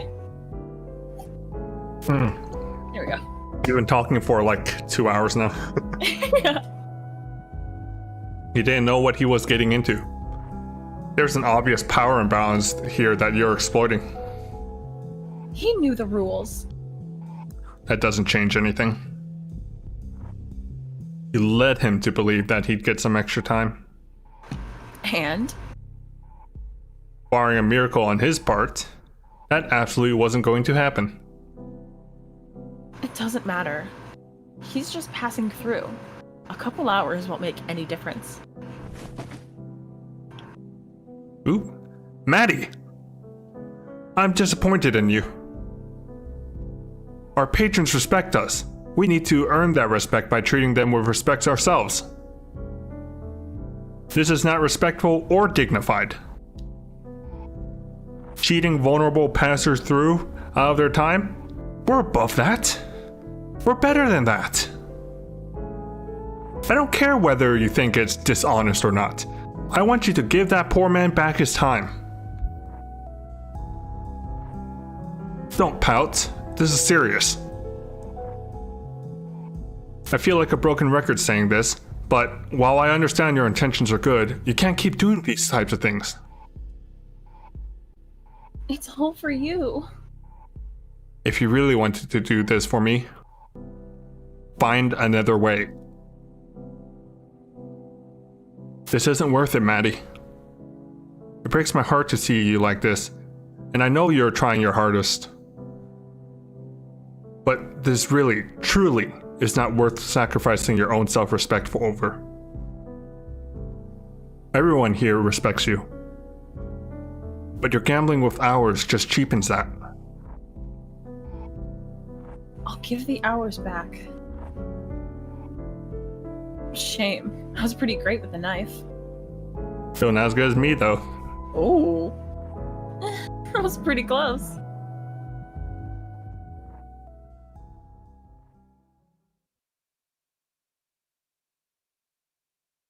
Wild.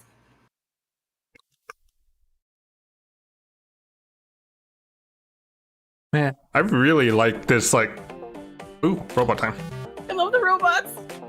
Lovelace! Yes. What form did you have before being reborn?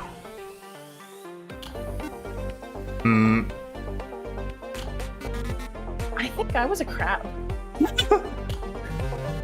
Come on, I'm being serious.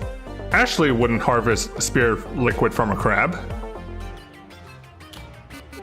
You're assuming an awful lot about how squeamish she is.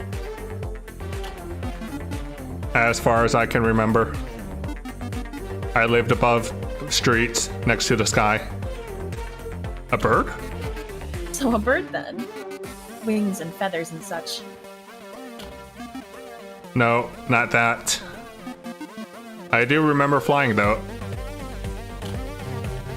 Ooh, were you a sugar glider then? Ooh. Describe.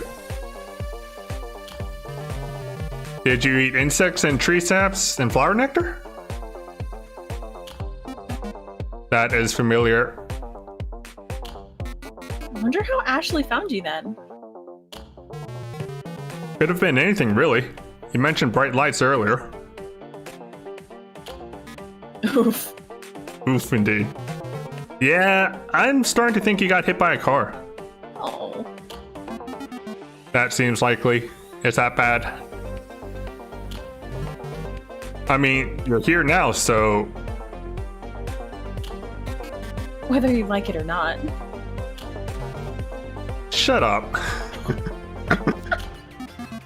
I am still adjusting.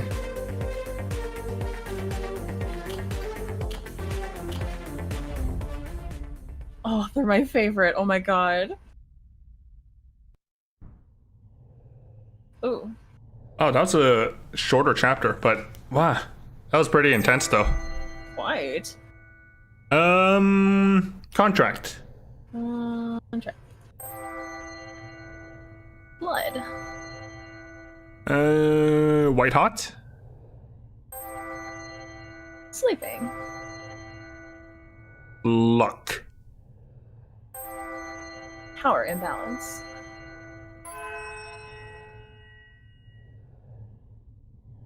Oh. Magic. Or the terminal. J. Death. Ooh. Magic. And Ashley. Interesting. So luck was classified under magic. Ooh. I want to know what's going on with Ashley's knife-wielding fire robots. Speaking of knives. Beth. Aha! Oh. Let's go, little girl. Oh. The man standing in front of Beth smirked. The knife he held seemed almost slight compared to his massive hands, but that didn't make it any less intimidating. Finish this one quick! Oh, It's okay. yeah. Finish this one quick, came a call from behind the knife holder. 3 men stood behind him, wearing expressions which ranged from amused to bored. Beth Beth felt- her palm getting sweaty and loosened her grip on the knife in her right hand, sliding her thumb along the guard to reassure herself that its shape hadn't changed since the moment she'd picked it up. Take your friend's advice, Beth said to the man who was menacing her. Finish this quick. After all, I am just a little girl. Well, as little as any 15-year-old girl could be. Can do, said the man, and he drew his knife up for an overhead swing. The man's movement suggested that he didn't know how to use a knife. Not really. He was swinging the knife like he'd swing a fist. Like he was trying to bludgeon her with it. Like he'd never really used a knife before. He was stupid.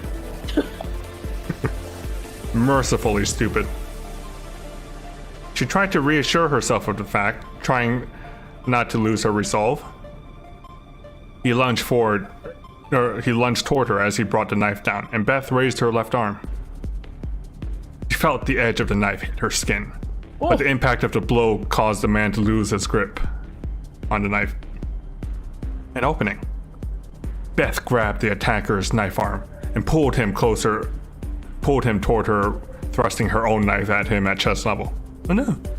Wild. He drove the knife into the man's chest with all the force she could muster, and he fell to the ground, gasped as Beth released her grip on the knife on him. The man lay on the ground, putting a hand to his chest, moaning. Son of a bitch. You doing okay down there? The man sat up and patted his chest. I didn't expect... To lose to a girl. No. Well, that too, but I didn't expect it to hurt this much. These rubber practice knives are no joke. If I'd stabbed any harder, I might have broken a rib. The man stood up. You got a name, girl? You can call me Beth, she said, extending a hand. He shook it with a look of hesitation. I'm Kyle. I've got to say, Beth, that was kind of a cheap trick. How do you mean? I mean, the way you blocked my knife with your arm. It just bounced right off. You couldn't do that if we were using real knives. He's right, said one of the spectators.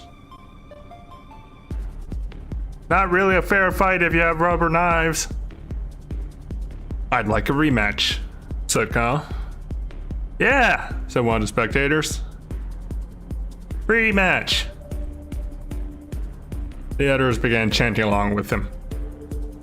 Rematch, rematch, rematch. A voice thunder from above. I thought I told you guys to keep it down. Everyone spun around to face the stairs leading up to the ground floor. Oh, that was Maddie. Was leaning over the railing of the staircase with a stern look on her face. She tapped a poster on the wall. Beth took a moment to glance at the sign. Fight Club rules. Number 1, don't quote Tyler Durden. Number 2, seriously, no Tyler Durden quotes. Number 3, always assume your opponent is mortal. Practice weapons only. 4, be considerate to other guests. Keep noise to a reasonable level. We don't have many rules here. Please don't make me kick you out of the basement. Everyone else in the room cast their gaze downward, looking ashamed with several mumbled apologies. Maddie nodded and climbed back up the stairs, content that she had made her point. Seriously though, said Kyle. Not really a fair fight without real knives. Beth walked over to the edge of the room and lifted a rug, revealing 2 steak knives. Several whispers erupted from the small crowd. Where'd you get these? I swiped them from upstairs.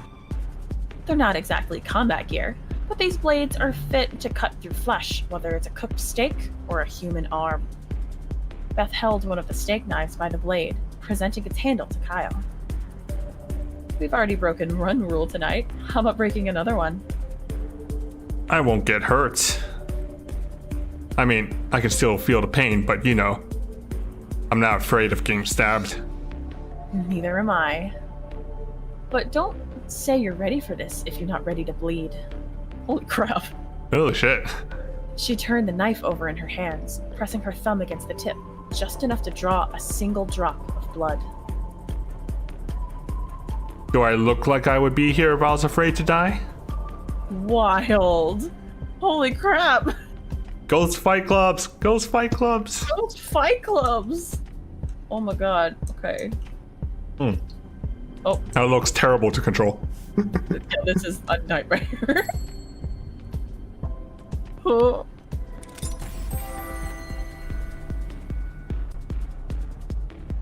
Keishan's footsteps echoed in a way that startled him. Were his footsteps always so loud? Perhaps it was just a contrast with the surrounding environment, which seemed completely silent, that made his footfalls just seem jarringly loud as he walked. He was on a catwalk. Why was he on a catwalk? There seemed to be a gaping space below. Below him, filled with some sort of mist that he couldn't see through. It was fog light, and yet despite the fog that lapped at his feet, the air felt so dry. The air was thick here. As he breathed heavily, Keishan felt an overwhelming sweet, sickly odor, like the smell of wet or rotting wood, but all he could see around him were steel beams and a concrete path in front of him. Was it rust he was smelling? No, he knew the smell of rust. This was different. This smell was somewhat organic, like the smell of a forest after fresh rainfall. Keishan shivered. Far in the distance, he could see what looked like a building of some sort, so far away that it made the structure he was inside feel almost tunnel-like, as if its only purpose was to convey him to that distant building. Oh, was this before he came to the cafe? Yeah, it seems like it. He continued walking forward, but as he walked, the building seemed to be growing more and more distant. He quickened his pace, and as he walked faster, he could feel himself moving through the thick, stifling air. Yet, as he looked down, he could see the texture of the catwalk in front of him unchanged, as if he was walking in place. Kishin started to turn backwards, but saw only a blinding light. His eyes immediately shut, and when he opened them, he was again facing into the tunnel with a distant building at the center of his field of view.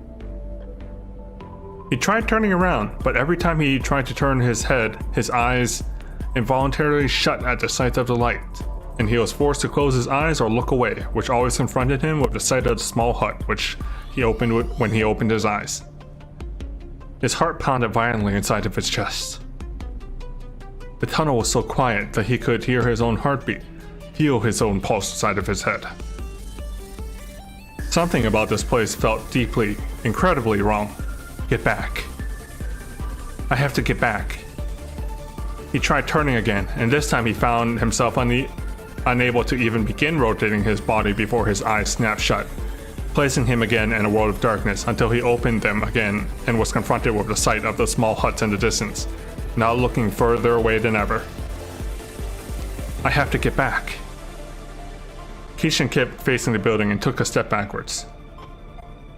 As he placed his foot on the ground, he felt a gust of wind knock him forward. He let out a yelp of terror. Instinctively, his hands reached out for the opposite edge of the catwalk as he fell, trying to steady himself for fear of falling off. The catwalk was wide enough that his body didn't land close enough to the edge for that to have been a risk, and yet, as he looked towards the edge, he felt a growing sense of dread that there was something down there that would capture him if he allowed it to catch even the smallest hold of him. Almost as he felt the sensation of something pressing against his legs. He stumbled to his feet. He ran forward, the hut ahead of him seemed to grow no closer as he ran. But he ran all the same, running not to reach a destination, but to be away from whatever it was that was behind him.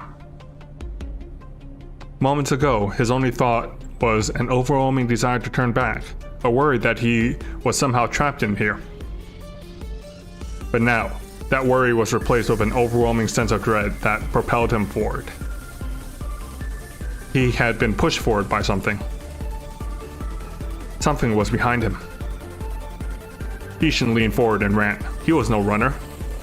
He often found himself winded when he was forced to climb more than one flight of stairs. Me too. And yet he ran and felt no sense of tiredness holding him back, no need to catch his breath.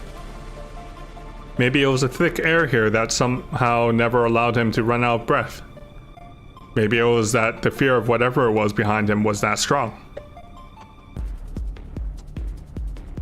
Kishin felt the air stinging his eyes as he ran. By now he was running so fast that the thick air felt like hot wind on his face. Tears began running down his face, but he couldn't find it in him to raise a hand to wipe at his tears. That would mean slowing his sprint. So he closed his eyes, fully aware that he was running down a catwalk that had no handrails on either side. At this point, he didn't care. He ran and ran. Long after the tears on his face had dried, Kishin realized that he can only hear the sound of his own feet as they struck the catwalk. He couldn't even hear the rust of wind, even as it seemed to buffet his face. There was no sound of anyone, or anything, pursuing him. Perhaps there was no pursuer at all. He allowed himself to open his eyes and look down. He looked over his shoulders. This time there was no blinding light, only a distant glow, like the lights at the end of a long tunnel. In a way, it was the light at the end of a long tunnel, and observing the dim glow of the distant light, Kishin suddenly realized how far he had run. He turned around and saw the building right in front of him. It had windows that were covered with the same fog that covered the ground around him. Kishin reached the door handle. He half expected it to be locked and felt a moment of panic as the handle bowed under the pressure of his hand. Was he ready to face whatever was on the other side of that door? Did he even want to enter? Did he have a choice? What was the building? Was it the building awaited him inside? What was it that awaited him inside of this building? Answers or more baffling questions? Kishin looked down the tunnel and suddenly felt cold. Whatever this place was, he needed to escape it, and only form of egress that seemed available to him was the door of this building. He leaned on the handle and felt the door swing open. Whew, that was a long one.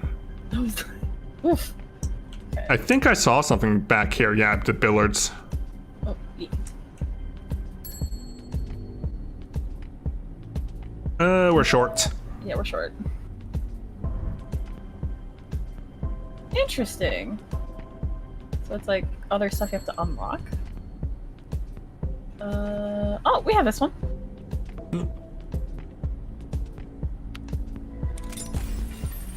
But that says the Fisherman 3. Did we miss wait, Fisherman 1 and 2? Is it a chronological thing?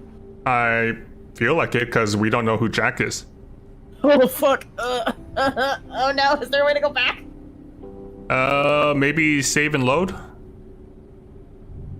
Oh.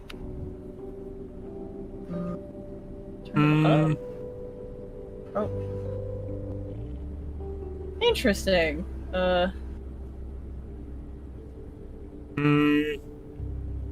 Is there like a quick way to skip through it? Maybe like hold control?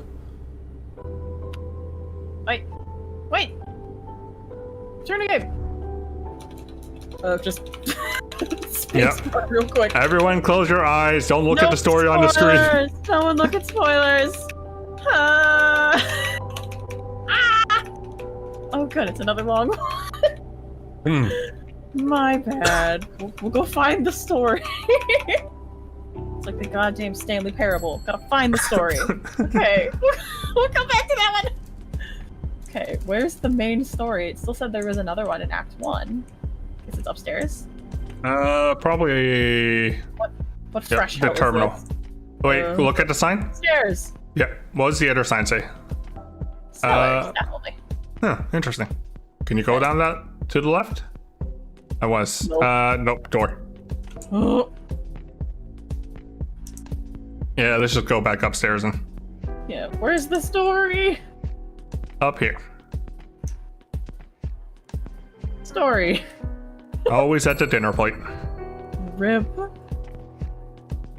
Alright, so looks like after this next part, it'd be the halfway point of the game, and I think that's a good place to stop it. Oh yeah, that'd be perfect.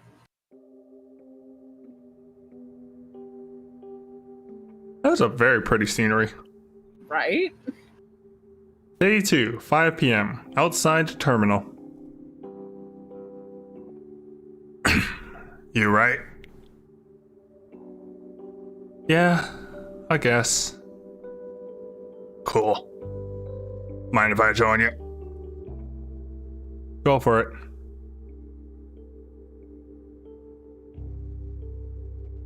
Durry? Huh? You want a durry? The hell's a dirty? A durian. Oh. I'm sorry, Durry. Coffin nail. Oh, guess not. Oh. Cigarette. You want to smoke or not? I've never heard of a cigarette called a durry. I've never heard that either. It must be like an Australian brand or something. Oh, right, of course. Yeah, sure. Sorry, it's been a weird day. Thanks. No worries. Where are you from then? You're the first to ask. I live in Collingwood. Oh yeah? Whereabouts? Smith Street.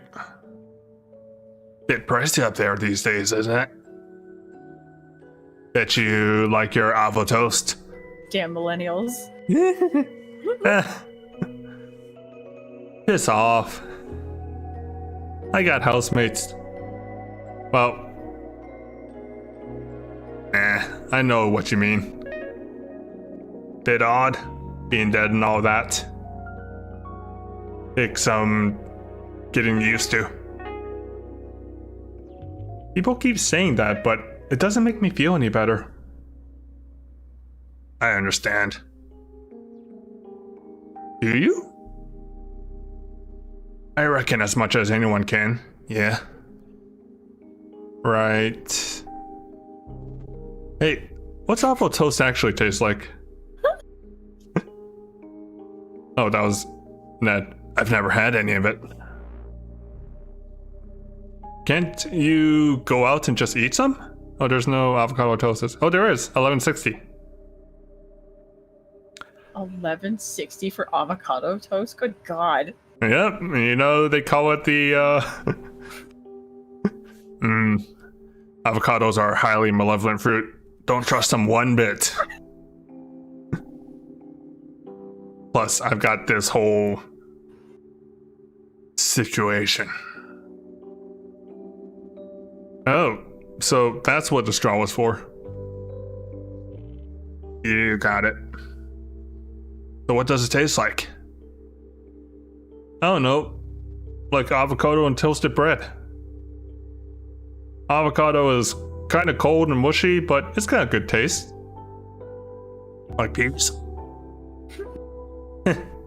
Definitely better than mushy peas. Love me a bowl of peas, mate.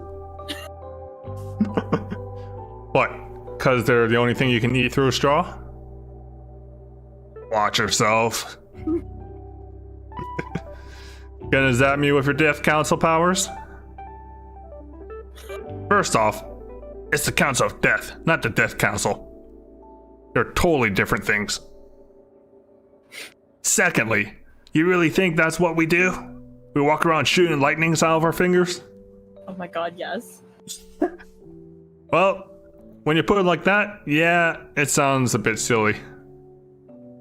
We don't do anything like that. We just keep things running smoothly is all.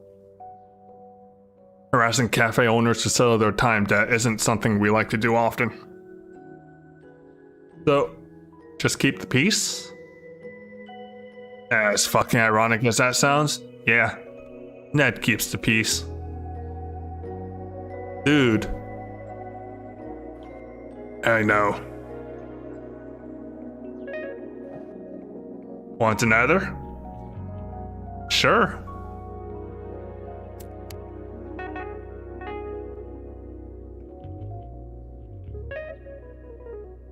I love the sunrises here. They're alright. You watched many sunrises, Ned? Not enough, no. Even semi-immortals need their sleep. I just like to sit here and watch it. Even when it's cloudy or raining, there's just something about watching the sunrise that makes it easier to deal with the coming day. Feeling optimistic all of a sudden? No, I still feel like shit. How about you, Keishan?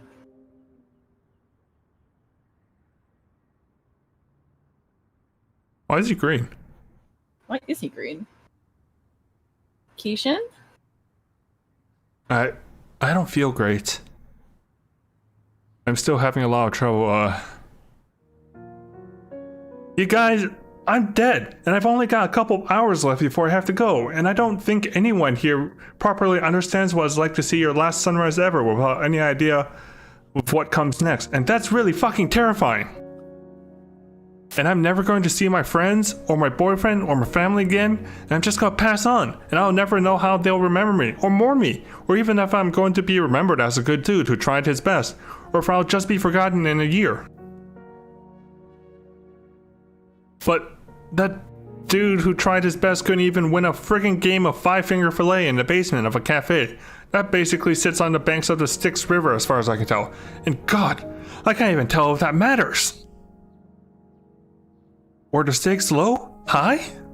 I can't tell. So I'm so disoriented and I'm trying to desperately feel something, but all I feel is that I'm slipping away with every second.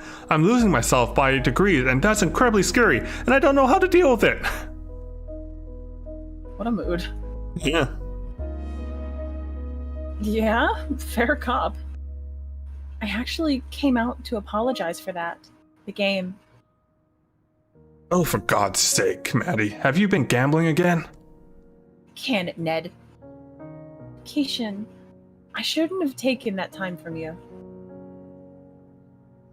You took it fair and square.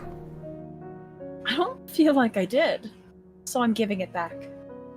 Believe me, I'm as surprised as you are. I don't usually do this. What's different this time? That's my business.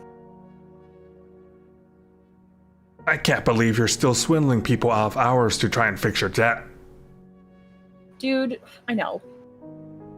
It's bloody undignified. And it's clear violation of the rules. I will banish you right now, my man. I thought you'd stop pulling that crap once you took ownership of the cafe from Che. You really think this is going to help you pay off this debt? Yes, absolutely. And if you've got any bright ideas on how to do it otherwise, I'm all ears. We should have never given you access and granted you and Che those license to practice. You've obviously failed to be responsible with them. You really think we wouldn't be doing it if we didn't have the licenses, Bushman? Given your history, the hypocrisy on display here is astounding. That's all behind me and you know it. I've been working on doing some good for the last 100 years. With the council? Really? Yes, we maintained a balance. You know why that's important? Sure do. I don't need you moralizing at me from your ivory tower. Give it a rest, guys.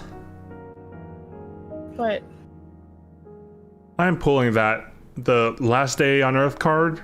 Quit it.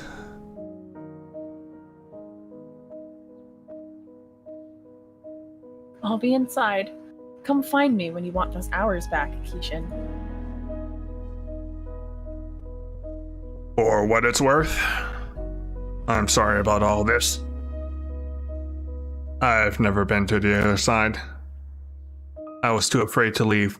Walked the land for decades evading the council. That's a crime they call revenancy, staying too long, upsetting the balance. But in lieu of booting me straight to the next place or some sort of eternal punishment, the council offered me a job. Sorry, that's all stuff you don't care about, I suppose. It's interesting enough. Nah, I'm just filling up empty air. You should head inside and grab those hours back. Truth be told, I'm not feeling especially fond of Maddie right now. Rip. Rip. She might have been dishonest with you, but even I can tell she's at the end of her rope. And you might not be able to see it yet, but I think the people in there are fond of you. You think so? Maddie wouldn't have offered the hours back if there wasn't something different about you. Plus the kid, Ashley seems to like you, yeah? I guess. She kind of dragged me off and got me to hold screwdrivers for her. Trust me, she thinks you're great. Go inside and say hi. I've got business to go stick my nose into anyways. Alright, catch you in a bit. I've got some questions about the council.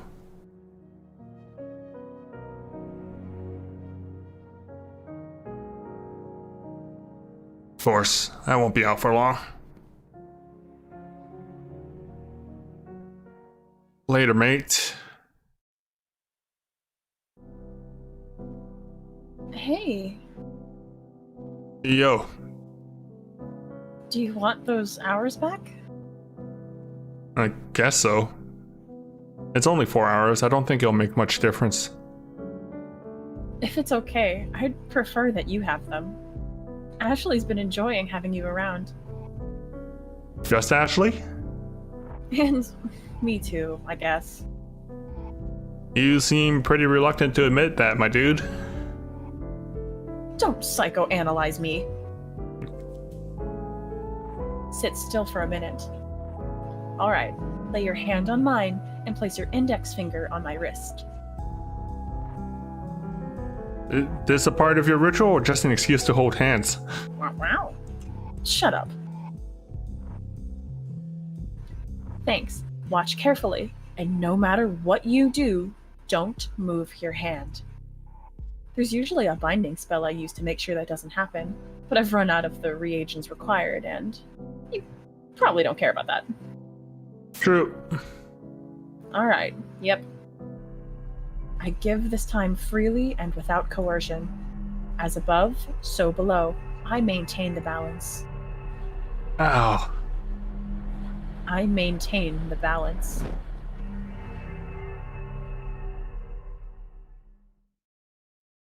That's it. How do you feel? I actually feel better. I feel less itchy. Yeah, we weren't kidding about that yesterday. As you linger, you begin to upset the balance, and, as I understand, it doesn't feel good. Right. Yeah. Why does Ned get to stick around then? Does he just ignore it? The Council are a special case. They're more similar to demigods or demons than they are to us. That's fascinating. Tell me about it. I'd have joined ages ago, but they're uptight dicks. They don't seem so bad to me. That's because you've not run into any of their ridiculous rules. Bunch of bloody regulations on manipulating life force, and certain standards on the treatment of spirits. Is that why you gave me the hours back? Because Ned realized you just broke the rules? No, that was all within the guidelines, despite his blustering. I gave them back because I felt bad. That's all. Oh, neat. So you pity me. I love that. I'm actually really into it. No, dude, it's not like that at all. Nah, you don't need to clarify it. I get it. Oh, thank you for following, lovely. I really appreciate it. Thank you. Seriously. Last day on Earth. Moving on. Fine, sure. I'm sorry. Sorry, I've got to serve this customer. I'll help. Really? It's probably not a two-person job. Yep. Come on.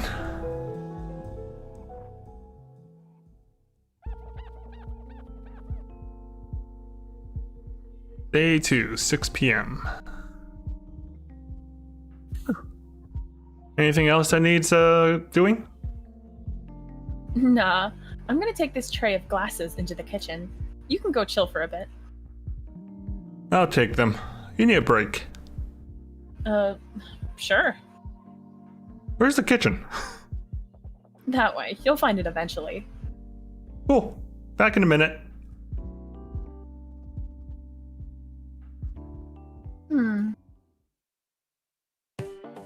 Oh, yes. Your pawns are nothing compared to the raw power of my castles. Nothing! Yeah? What's this then?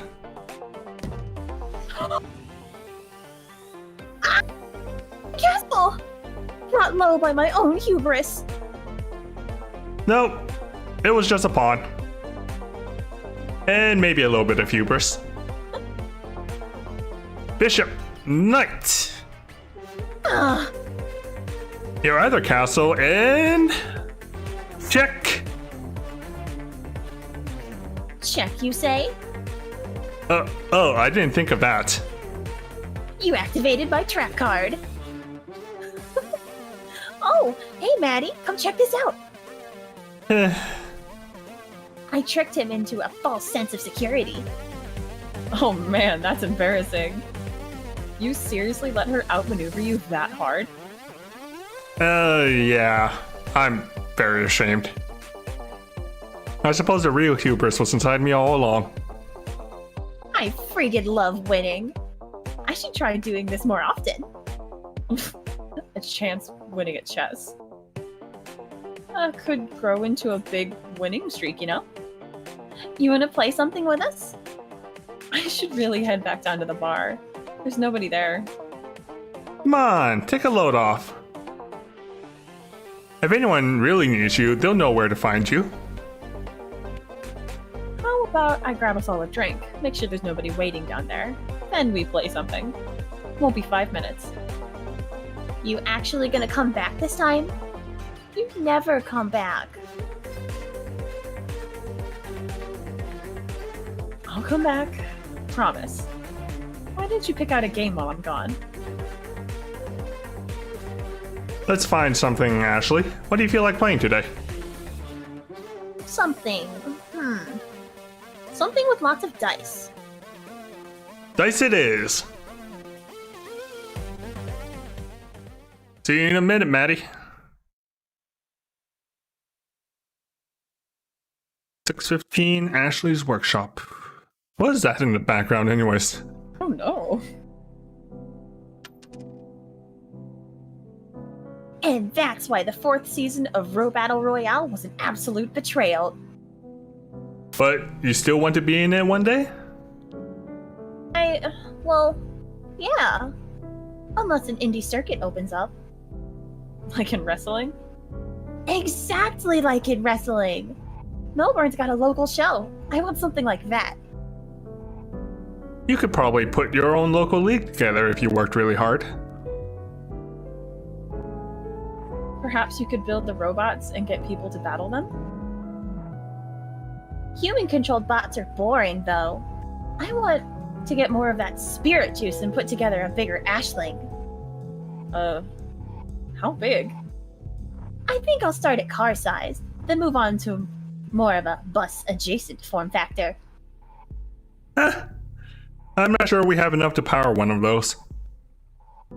You have to get Maddie to source you a large amount of it. We'd need liters of it at least. Oh, DJ says this part's cute. That'd be super cool. Didn't you say it was illegal, though? Well, technically, but what Ned doesn't hurt doesn't. But what Ned doesn't know won't hurt him. Yeah, fuck Ned. Yeah. He'd lose his head if he knew half the things we were doing around here. I don't know. He seems fairly lenient with you, right?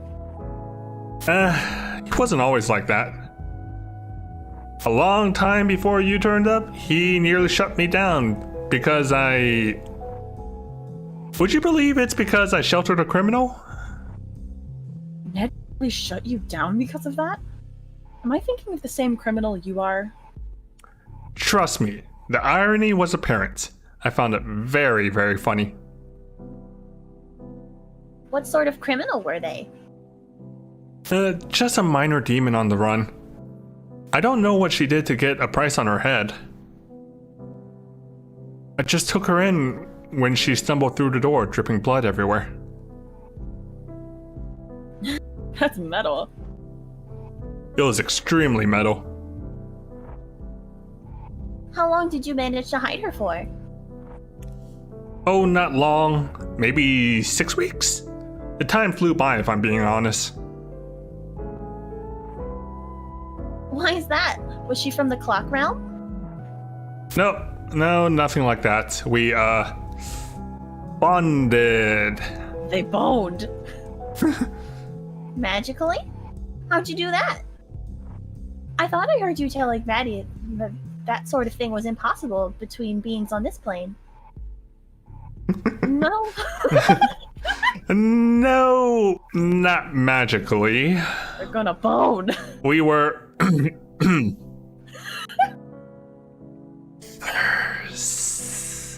How lewd.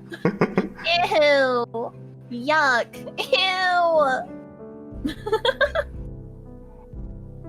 Happier days. I love hearing about when you were young and reckless.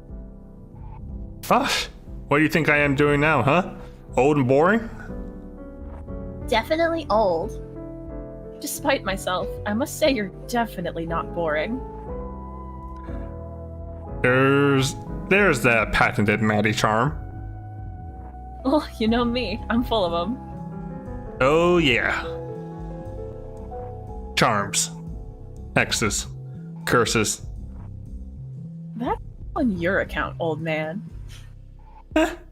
I won't deny it. Hey, Maddie? Hey, dude. Having trouble finding the kitchen? Yeah, I couldn't. I checked everywhere. It's just behind the bar, man. You can't miss it. I told you, I checked everywhere. Nah, you're not catching my drift. It's just behind the bar. You can't miss it. Have another look. It'll be there this time. Sometimes you gotta remind the quantum hallways that they exist. Fine.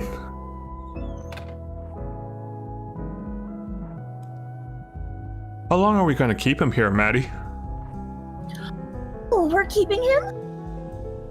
No, we're not keeping him. I'm going to let him stay as long as he wants. He'll leave on his own accord at some point. I feel sorry for him. You feel sorry for him? Weirdly, yes. I don't usually get attached to customers, but he's a good dude. I like him. Do you like him because he's nice, or because he was good at passing your tools over? Yes. Don't get too attached. He's not going to be here forever. Well, duh. I know how it works. I'm gonna enjoy having him around, just like you taught me. Don't cry because it's over. Smile because it happened. Actually, that's from the motivational calendar I threw out last week. I never said that. Same. I'm used to people moving on, is the point. I can deal with it. Good. Ooh.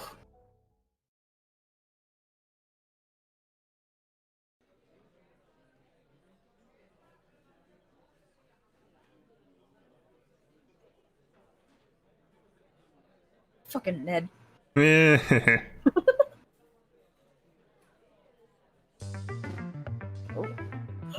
Yeet. Fuck! Yeah.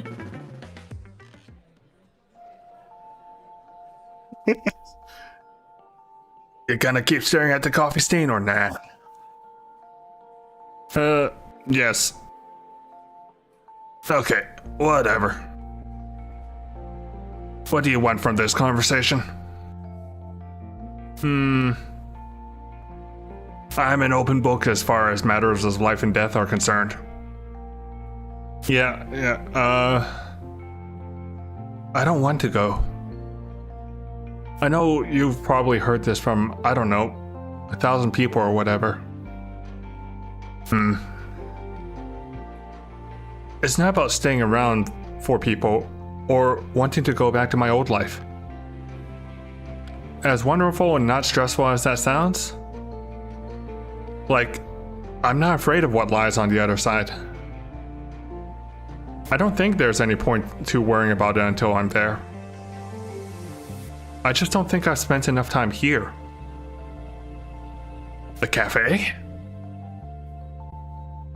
No, all this. I guess you'd call it this plane? Roughly speaking, I suppose so. I don't know what you did to be able to stay. Oh, was it I want to know? Yeah, sure. Did Maddie give you those hours back? Yeah? Why? Well, that's a way. You can just find enough hours to stay as a spirit, half there, half gone. But it's a wretched existence. I wouldn't want to live like that. How would you find the hours, though? There's only so many you can get from consenting beings, right? The crappy psychology of gambling aside, you're right, yes. So the question is, how do you do that? How do you create life from nothing? The answer is can't, Kishin. It's impossible. There's always got to be some sort of balance maintained. Everyone who learns to manipulate the fundamental forces of life understands that no matter where whether they're doing good or bad things with their skills. Here's the thing though. You don't need both parties to agree. It's just a social necessity. Something that separates us from, well, people who don't do that.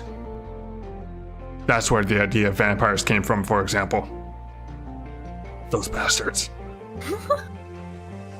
They're not special or anything. They're just dickheads. Anyway, if you can take life force from people, you can always also drain it from animals or plants.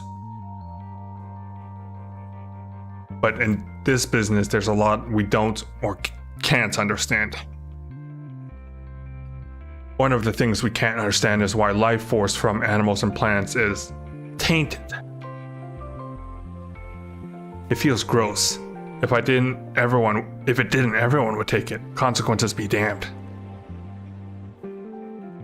How were you feeling today before Maddie took the hours back? Or, yeah. Yeah. I felt like I was slipping away. Like, my mind was real foggy. It was really hard to think or put sentences together. Nobody noticed though. Typical. Imagine that, but 10 times worse. You're foggy, but there's also something fundamentally wrong. Like you're a collection of puzzle pieces that don't quite fit together. Like an engine that's running out of oil. That sounds horrifying. Right? So, should I do it? Probably not. How would I stay otherwise? Well, you could always just go into lamb. Just run for it. But you'd catch me. Not me personally, but yes, the council would eventually. And that's it? That's my only option? Perhaps. Depends on how you feel about bonding your soul for eternity to a fundamentally neutral arbiter of justice. I have no strong feelings about it one way or another. Smart arse.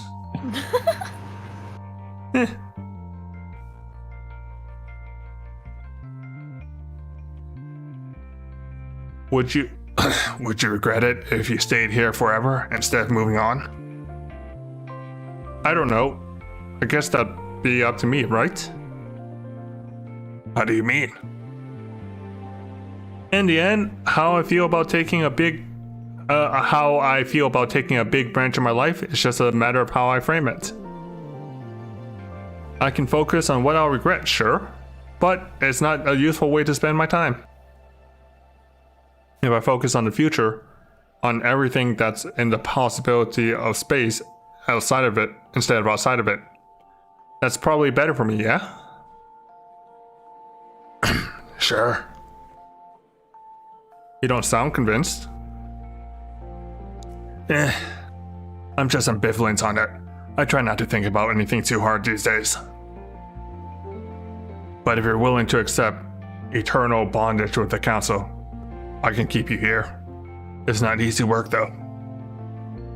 You have to act in the best interest of the system, not its individual parts. Bureaucracy at its finest. How did you learn to deal with it? Just took some time. When you're used to it, you learn not to think too hard about what you're doing. As long as you take a holistic view of everything, things generally shake out all right. We tend to only bother the biggest rule breakers anyways. Maddie being one of them? Habitually. She wouldn't be getting so much leeway if it wasn't for Che. I don't understand that guy. He's nice, we've chatted a bit, but what makes him so special? He's provided services in the past. Ooh. I can count on one hand the number of people who know as much about the manipulation of life force as he does. He's been researching it for over 100 years. No way, he's that old? He looks like 60 max. Yep, much older than that.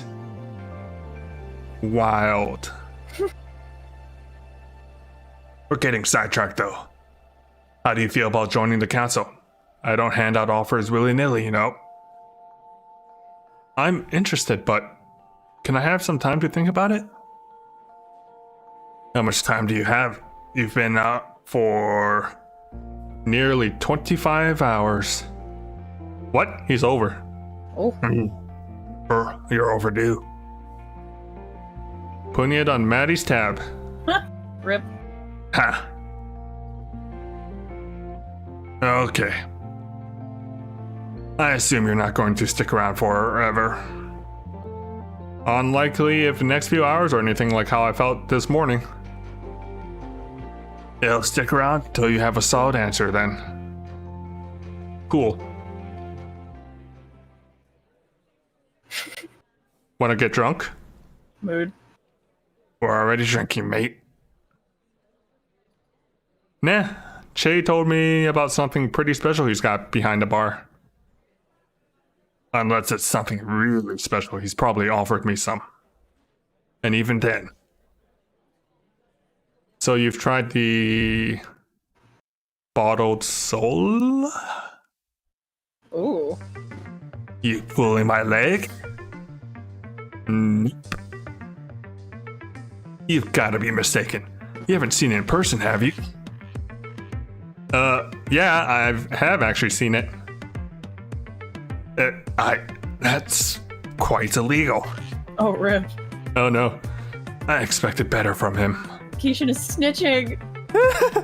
Damn it. So, are we gonna drink it or not?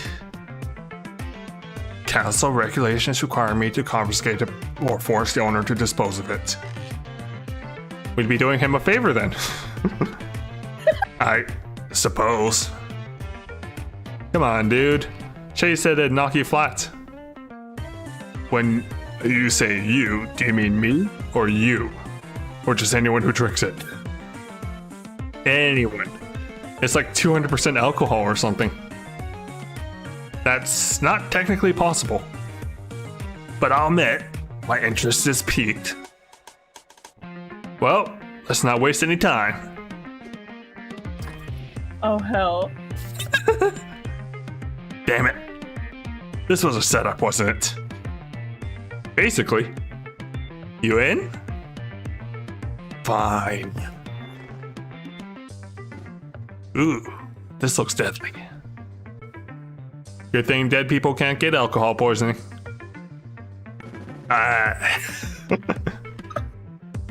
To bureaucracy.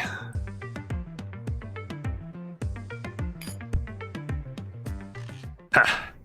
To bureaucracy.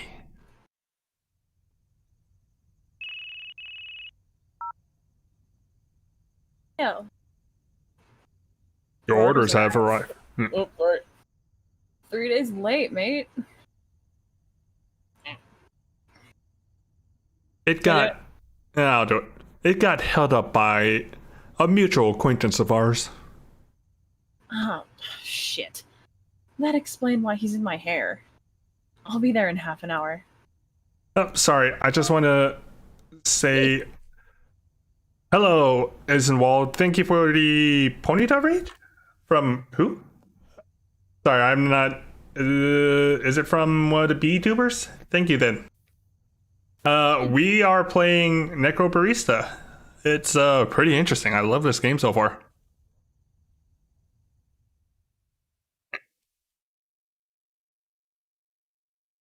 Oh, man. Oh, the Hey, robot. robots. The catabasis is considered to be a vital part of the hero's narrative. Every hero goes to hell at some point. And in the stories, they usually come back, which is the bit that seems weird to me. I don't think that's how it works in real life. The cafe has had a bunch of heroes come through, claiming that they were going to conquer hell and come back. They never returned, as far as I saw. The idea of catabasis is that, in the grand scheme of things, hell, or the underworld, or Hades, or whatever you want to call it. Anyway, it's on the outside of wherever we are. Like we're trapped inside this sphere and we leave it to go to hell. Did the ancient Greeks ever consider that maybe we've been on the outside the whole time, just waiting to get in? Maybe they did. matter of perspective. I guess I'll ask one sometime if I ever meet one. But perhaps we're just waiting our entire lives for this, to pass through the firmament to the next place. To be the driftwood that washes up on the shore of whatever that next place actually is. Seems weird, but maybe that's where we're naturally meant to be. I'm thinking that it's possible that this world isn't some sort of proving ground or anything. Maybe it's just a waiting room. A beautiful, flawed, complex waiting room. Personally, I don't think there's anything like heaven or hell waiting for us. No judgment either. The world doesn't ever operate in binaries or absolutes. That's just flawed human thinking projected on things that are much, much more complex than they can ever perceive. And I don't think that's what's waiting on the other side is even something that we can conceptualize. I bet it's cool. It's a shame that it's a one-way trip, though.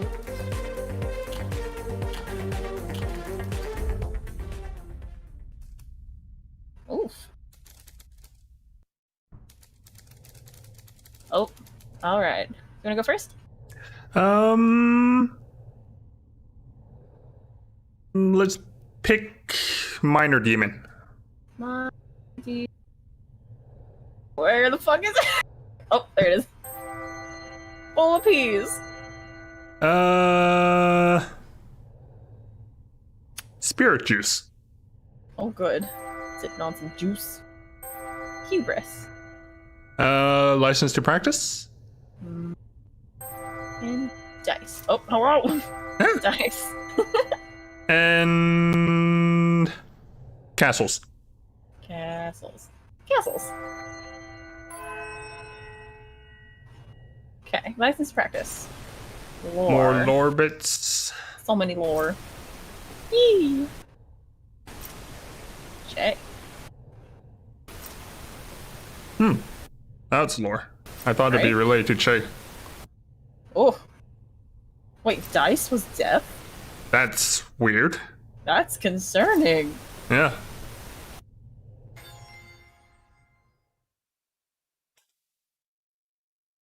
So this is like the halfway point? According to that menu, it should be the halfway point, the end of Act 1. Yeah, not even gonna lie, my voice is saying, you need to stop talking. So, yeah. I kind of regret what voice I picked for Ned, but it's alright. Yeah, I'll I feel be better. so bad. Is your throat okay? Yeah, my throat's fine. My throat's fine. Oh man. But this game's so interesting. Oh. Do you want to keep playing it next week? Yeah, next week. Yeah. We'll work out the times later. But I think this is a good place to stop the stream. Absolutely, yeah. Yep. Alright, well, do you want to do your outro? Should I do your outro? Oh, okay, I'll do mine first. Thank you everyone who stopped by. I had so much fun today.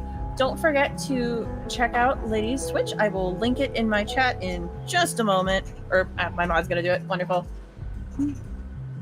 Thank you all for watching, and I will see you guys tomorrow morning with some more Overwatch, and then I'm ending tomorrow night with more Dream Daddy. See you guys next time. All right, and thank you everyone for coming to my stream. This game has been very, very interesting, and my lovely co-virtual General Hugs has been really great with voicing the female character so far.